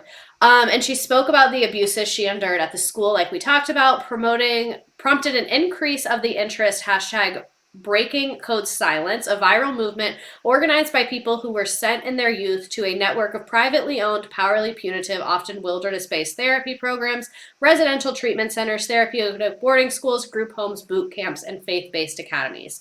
On October 9th, 2020, she held a rally outside Provo Canyon School in Utah in protest of alleged abuse in the program for troubled teens. February 8th, 2021, she appeared before Utah Senate state legislator to testify on behalf of a proposed measure that would require more government oversight of youth residential treatment centers and require them to document when they use restraints. During her testimony, Hilton said that she had been emotionally and physically abused, like we already discussed. And then on March 2nd, Utah legislator approved the bill, and on October 20th, Hilton had a press conference at the United States Capitol with lawmakers Ro Kahana and Jeff Merlicki to advocate for the introduction of the Accountability of Congregate Care Act, which would establish a Bill of Rights with protections for children in such facilities. So she has gone on to do a lot of political activism for this. And then here is some photos of her doing that. Like we said, she's an intelligent, well-spoken woman, and I think she has a skill for speaking on her own experience, and obviously she's very famous, so she has the money and power to shed a light to this. There's her at the White House. There's her doing Congress things. So that is like mostly up to speed. So let's talk about her money. Apparently she earned about $2 million between 2003 and 4, 6.5 million between 04 and 05, 7 million between 05 and 06, and 8 million between 08 and 09. By 2011, they reported her annual earnings to be over $10 million. Paris Hilton is great with money. She has good business deals, and then all those fragrances and games and things like that pay into her like wealth as well. Yeah, too bad she's racist. It'd be way cooler if she wasn't. In December 2007, her grandfather Baron Hilton pledged 97% of his estate to a charitable organization founded by the great-grandfather, the Conrad Hilton Foundation. As a result, the inheritance was reduced, but it's still going into a family foundation. An immediate pledge of $1.2 billion was made from the sale of the Hilton Hotels Corporation, with further $1.1 billion due after his death. Barron cited the actions of his father as his motivation for the pledge. Conrad had also left 97% of his estate to the foundation, and Barron contested his father's will to regain a sizable amount of the family fortune in a settlement, whatever the fuck that means.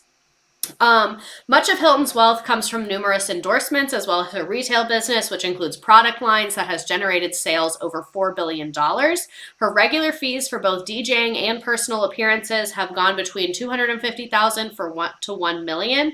In 2009, 50 Cent and Lenny Kravitz received $4 million for the 51st birthday party of Ed Hardy founder Christian Audigier, and then in 2014, she earned $2.7 million for 4 nights of work, which is $347,000 an hour as a part of her $2 million residence in Ibiza. So just to give you context on other people's prices and her hourly rate and all that.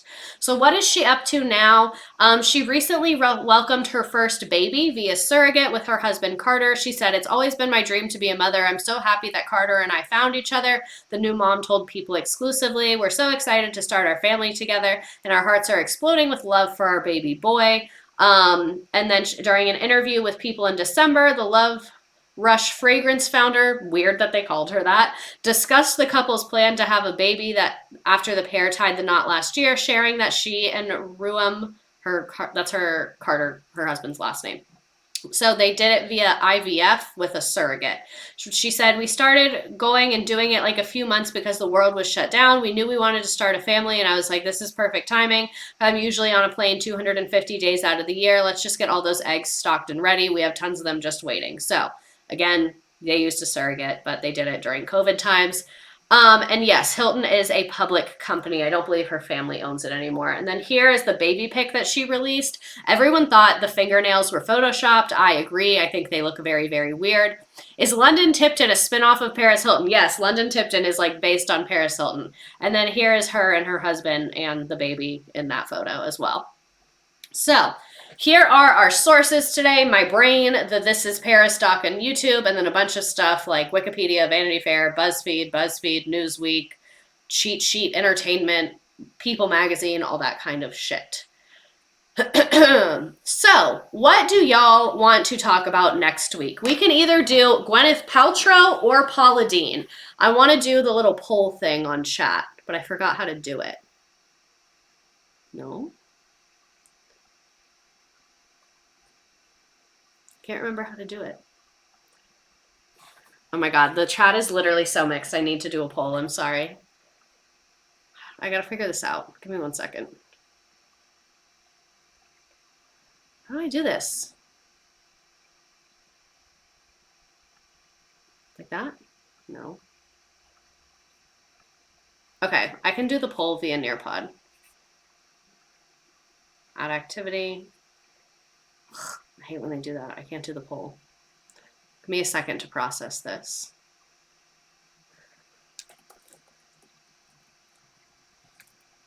Someone said to do like/poll. I don't think it worked. I'm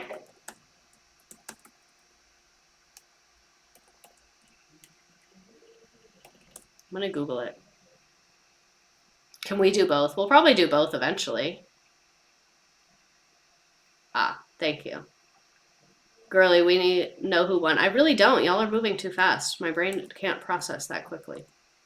Okay, I figured it out. Thank you. I love you guys. How do you spell Gwyneth?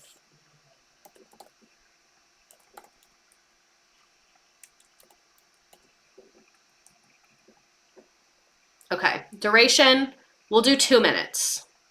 Okay, the poll has started. Let me know. Are we doing Paula Deen or are we doing Gwyneth Paltrow? Vote in the poll. I'm going to go by the poll. Oh, so far, oh my god, the poll is moving and changing so quickly. I like how I made graphics for both. So far, Paula's winning at 60%. So I was going to do Gwyneth Paltrow, and then I thought about it, and I was like, what about Paula Deen? And then I made a second graphic.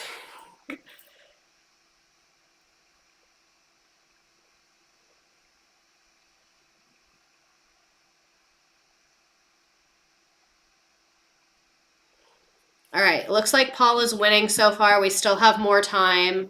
Where's the poll? It's at the top of the chat. You just have to click on it. Yes, you still have like a minute left, I think. Martha Stewart would also be a good one. She is on my list as well. I have not done a stream on Taylor Swift, and I'm going to be honest, I'm not going to.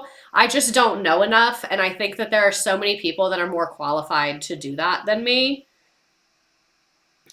Please do both in the long run. I will. Alrighty, we're at Paula Deen at 62%, Gwyneth at 38%. I feel like Gwyneth would piss me off too much. It would scare me to do a Swift stream. Exactly. Like, it would be a little terrifying. I think you'd be a Swiftie if you knew. That's what everyone says, and like, I'm a Swiftie in spirit. I get it. I respect it, and I'm here for it, and some of her songs I do like, but a lot of her songs, I'm just like, on. You know what I mean? But I get the vision. It's a very nuanced, and I think that y'all are into that, and I like that for you. I'm happy for you. Alrighty, it looks like the Paula Deens have it. Let me put in my calendar to work on Paula Deen slides so I don't forget. Paula Deen slides. She lost me with Matt Healy, to be honest. Terrified or Taylor-fied? Stop it. Stop it. All right, Paula Deen won. We are talking about the story of Paula Deen next. So, what we are going to do now is play a fun little trivia game about Miss Paris Hilton. I'm going to go ahead and put this in the chat. Give me 1 second. So, you do not have to play the game, but if you would like to, go ahead and join. I'm not going to ask you for your email. I'm not going to ask you for your phone number. You don't have to pay anything, nothing of the sort. You don't even have to make an account. All you have to do is enter your name. Which game do we want to do? I kind of like the jungle one. She already did a Greek life stream. It's on YouTube. Yes, the Greek life stream was one of my favorite ones. Can we do Carnival? That was the first one I saw, but I think we did Carnival last time. Let me see what other people are into. Maybe we'll do Carnival. Someone said agreed jungle. I kind of like the jungle music the best. I don't know. I hate how it says new, because it's not fucking new anymore. Space, because she's kind of spacey. I like that one, and I don't think we've done space in a really long time, so that's a good idea. All right, we're doing space. I'm going to put the directions to join in the chat again. It will ask you for your name. Your name comes up on screen, so feel free to make a little joke. Feel free to make us laugh, haha, funny. But all you have to do if you want to play the game is go to join.nearpod.com, and your code is 3BD6X. Again, your code is 3BD6X. We did Carnival because Billiam is a clown. Yes, I recall now. Ugh. I hate when my hair gets stuck in my shirt and it gives me like the heebie-jeebies.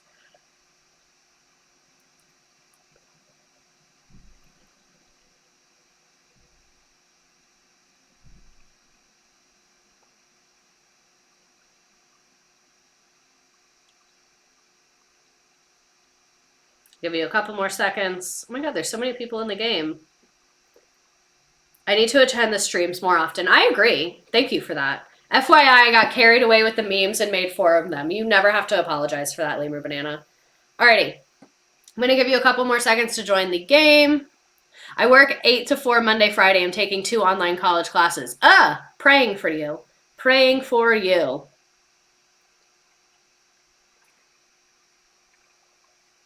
I hate when people text me, like, about work. Like, literally leave me alone. I don't care.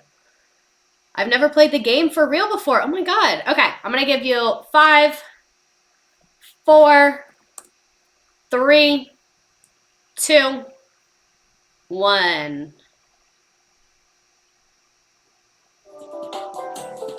And thank you to everyone who gifted to our Venmo fund for the computer. I greatly appreciate it. Let me see what number we're at now. Oh wait, I forgot it's gonna be wrong because I have someone Venmoed me for a bill and it's sitting in there and it's just kind of fucking with everything. Oh my gosh, thank you to Callie, thank you Lisa, thank you Alicia, thank you Abby, thank you Sam, thank you Madeline, thank you Armelinda, and thank you Sarah. Love to see it. Oh my god, Sarah with $25. Jesus, Sarah. London Tipton.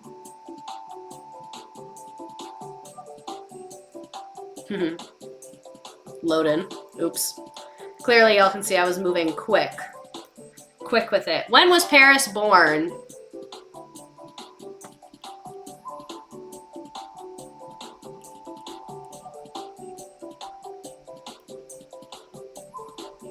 Alrighty, we are at $13.28 on that Venmo fund for the computer.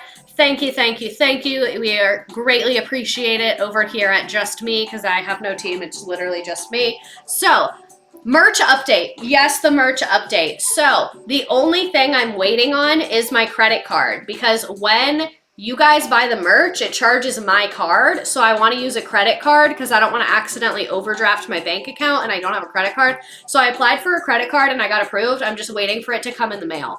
And then once I do that, then I can do merch. When was Paris sent to troubled teen boarding school?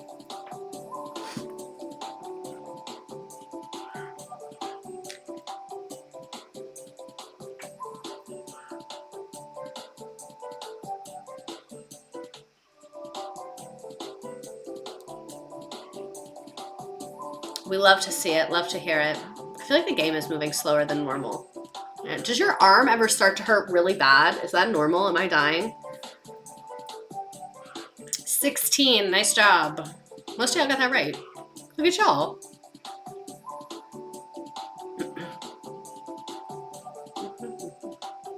What was the name of Paris's breakout show?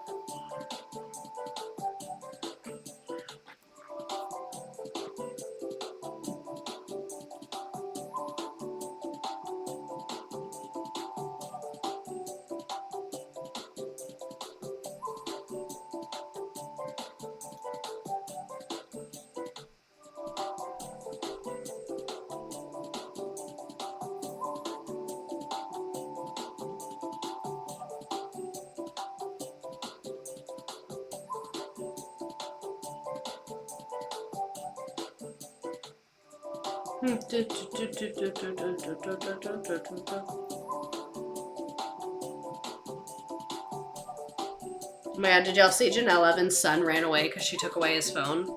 That's like such teenage behavior. It's a little funny.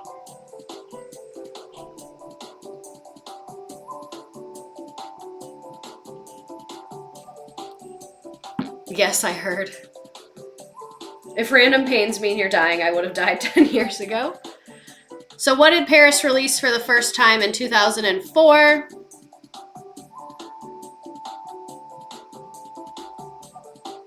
The fighting parents is probably a factor. She says it's not, but I don't believe that shit. Is the game stuck on this? I hate when it does this. There it goes. Her Fragrance. Teen Mom stream, please. Oh my god. I could do it about each of them individually. Who was Paris's closet organizer? Ooh, y'all were quick with this. Are you gonna watch the new Johnny Depp Amber Heard doc on Netflix? So I am in the very small group of people that really did not follow that case at all, and I have no idea what the fuck is going on, so maybe. Unstable garbage, I love your username. I hit the wrong Kardashian. I'm sorry. I'm sorry. You gotta read them all. Chelsea was always my fave. Yeah, same. Britney Spears for president. Oh my god. It breaks it down super well. I love a good documentary.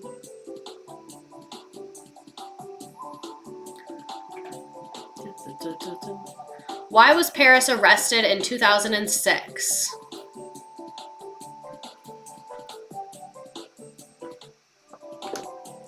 Can we get a Shania Twain stream? Remember when she was in Broad City?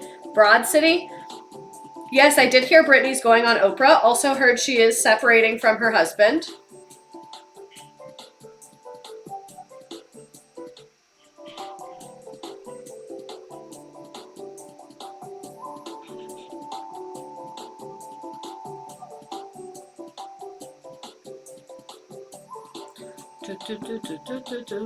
Abby training Shania. I second the Shania Twain stream. So Paris was arrested for a DUI. Hilton was accused of smoking what at the FIFA World Cup? I always wonder if whoever is like looking at my account at Nearpod like questions these things. Like, do they know what we do here? Do they know what this is? I really don't think they do. I think they just think I'm like the shittiest, weirdest teacher ever. Paris's voice is fake, true or false? Okay, most of you are getting it right. Good. I panicked and thought I might have clicked the wrong thing.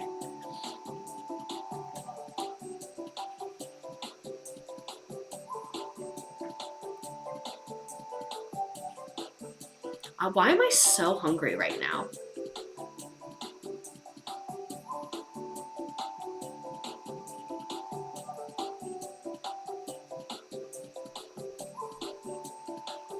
What did Paris name her son? Why is my head so itchy? Probably because I haven't washed my hair in like probably at least a week. Oily. I feel it. Sometimes I feel like my hair looks like a wig. Do you guys ever feel that way? Oh, I don't know the right answer. It's Phoenix. Scottsdale. I was really proud of the Scottsdale answer, so I appreciate. Alrighty, Tyrant Lizard King in first place, Taylor Gang, Unstable Garbage, Cowboy Girl, Panda Girl, that's so hot, A Quick Trippy Parking Lot, Hill Storm Hay, Hockey Player Barbie, Your Favorite Cowboy, a Hilton parking lot, an anti-racist parking lot, Ash, another Hilton parking lot. I will scroll through. Oh, we have a St. Louis parking lot. I will scroll through the rest. Nice job. Paris's Closet Cleaner, a Waldorf Astoria parking lot. Nice job, nice job. Right, there were a lot of people on the game today. OMG, I finally won a game. I am very proud of you. We love that. And thank you everyone for being here. If you have any memes, you have anything to share, feel free to put it here. I really like this topic, even though it was kind of depressing. I think that she is just a very interesting person. I think that she's not necessarily a great person, but I think that she has a very interesting story and an interesting past. I think a lot of people make a lot of assumptions about her, and she's viewed very surface level, but she actually does have a lot of nuance. So it was a cool stream to talk about. So any memes, go ahead, throw them up. I'm going to go ahead and turn off the TikTok people. Love y'all, but bye. And yeah, I hope you guys are all having a fabulous week. I have a 2-week streak of getting all the questions right. I'm impressed. I learned so much. Good. Me, a former public school Paris Hilton reporting for recess at the professional children's school. Paris Hilton's professional children's school hockey uniform. My Roku sensor right now. Okay, thanks. Thanks for saying that. Thanks for like validating my experience like that. Provo school in a nutshell. When there's no cops around, anything is legal. Uncomfy with the way everyone was calling her kind, as if we don't know she's super racist. Yes, so I think that she, like someone said, she operates with kindness with people who look like her, and I think she has like, I think friendly is a better word than kind. I think she's very friendly is a better word. So yes, thank you for bringing that back up.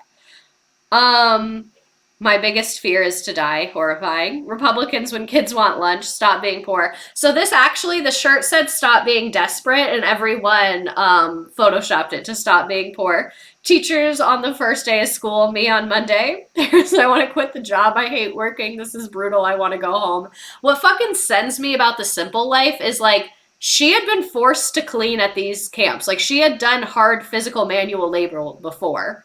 So Yes, Paris, hanging out in a Walmart parking lot at 7 p.m. Eastern to talk about history is very normal. Stop. Y'all are so fucking funny.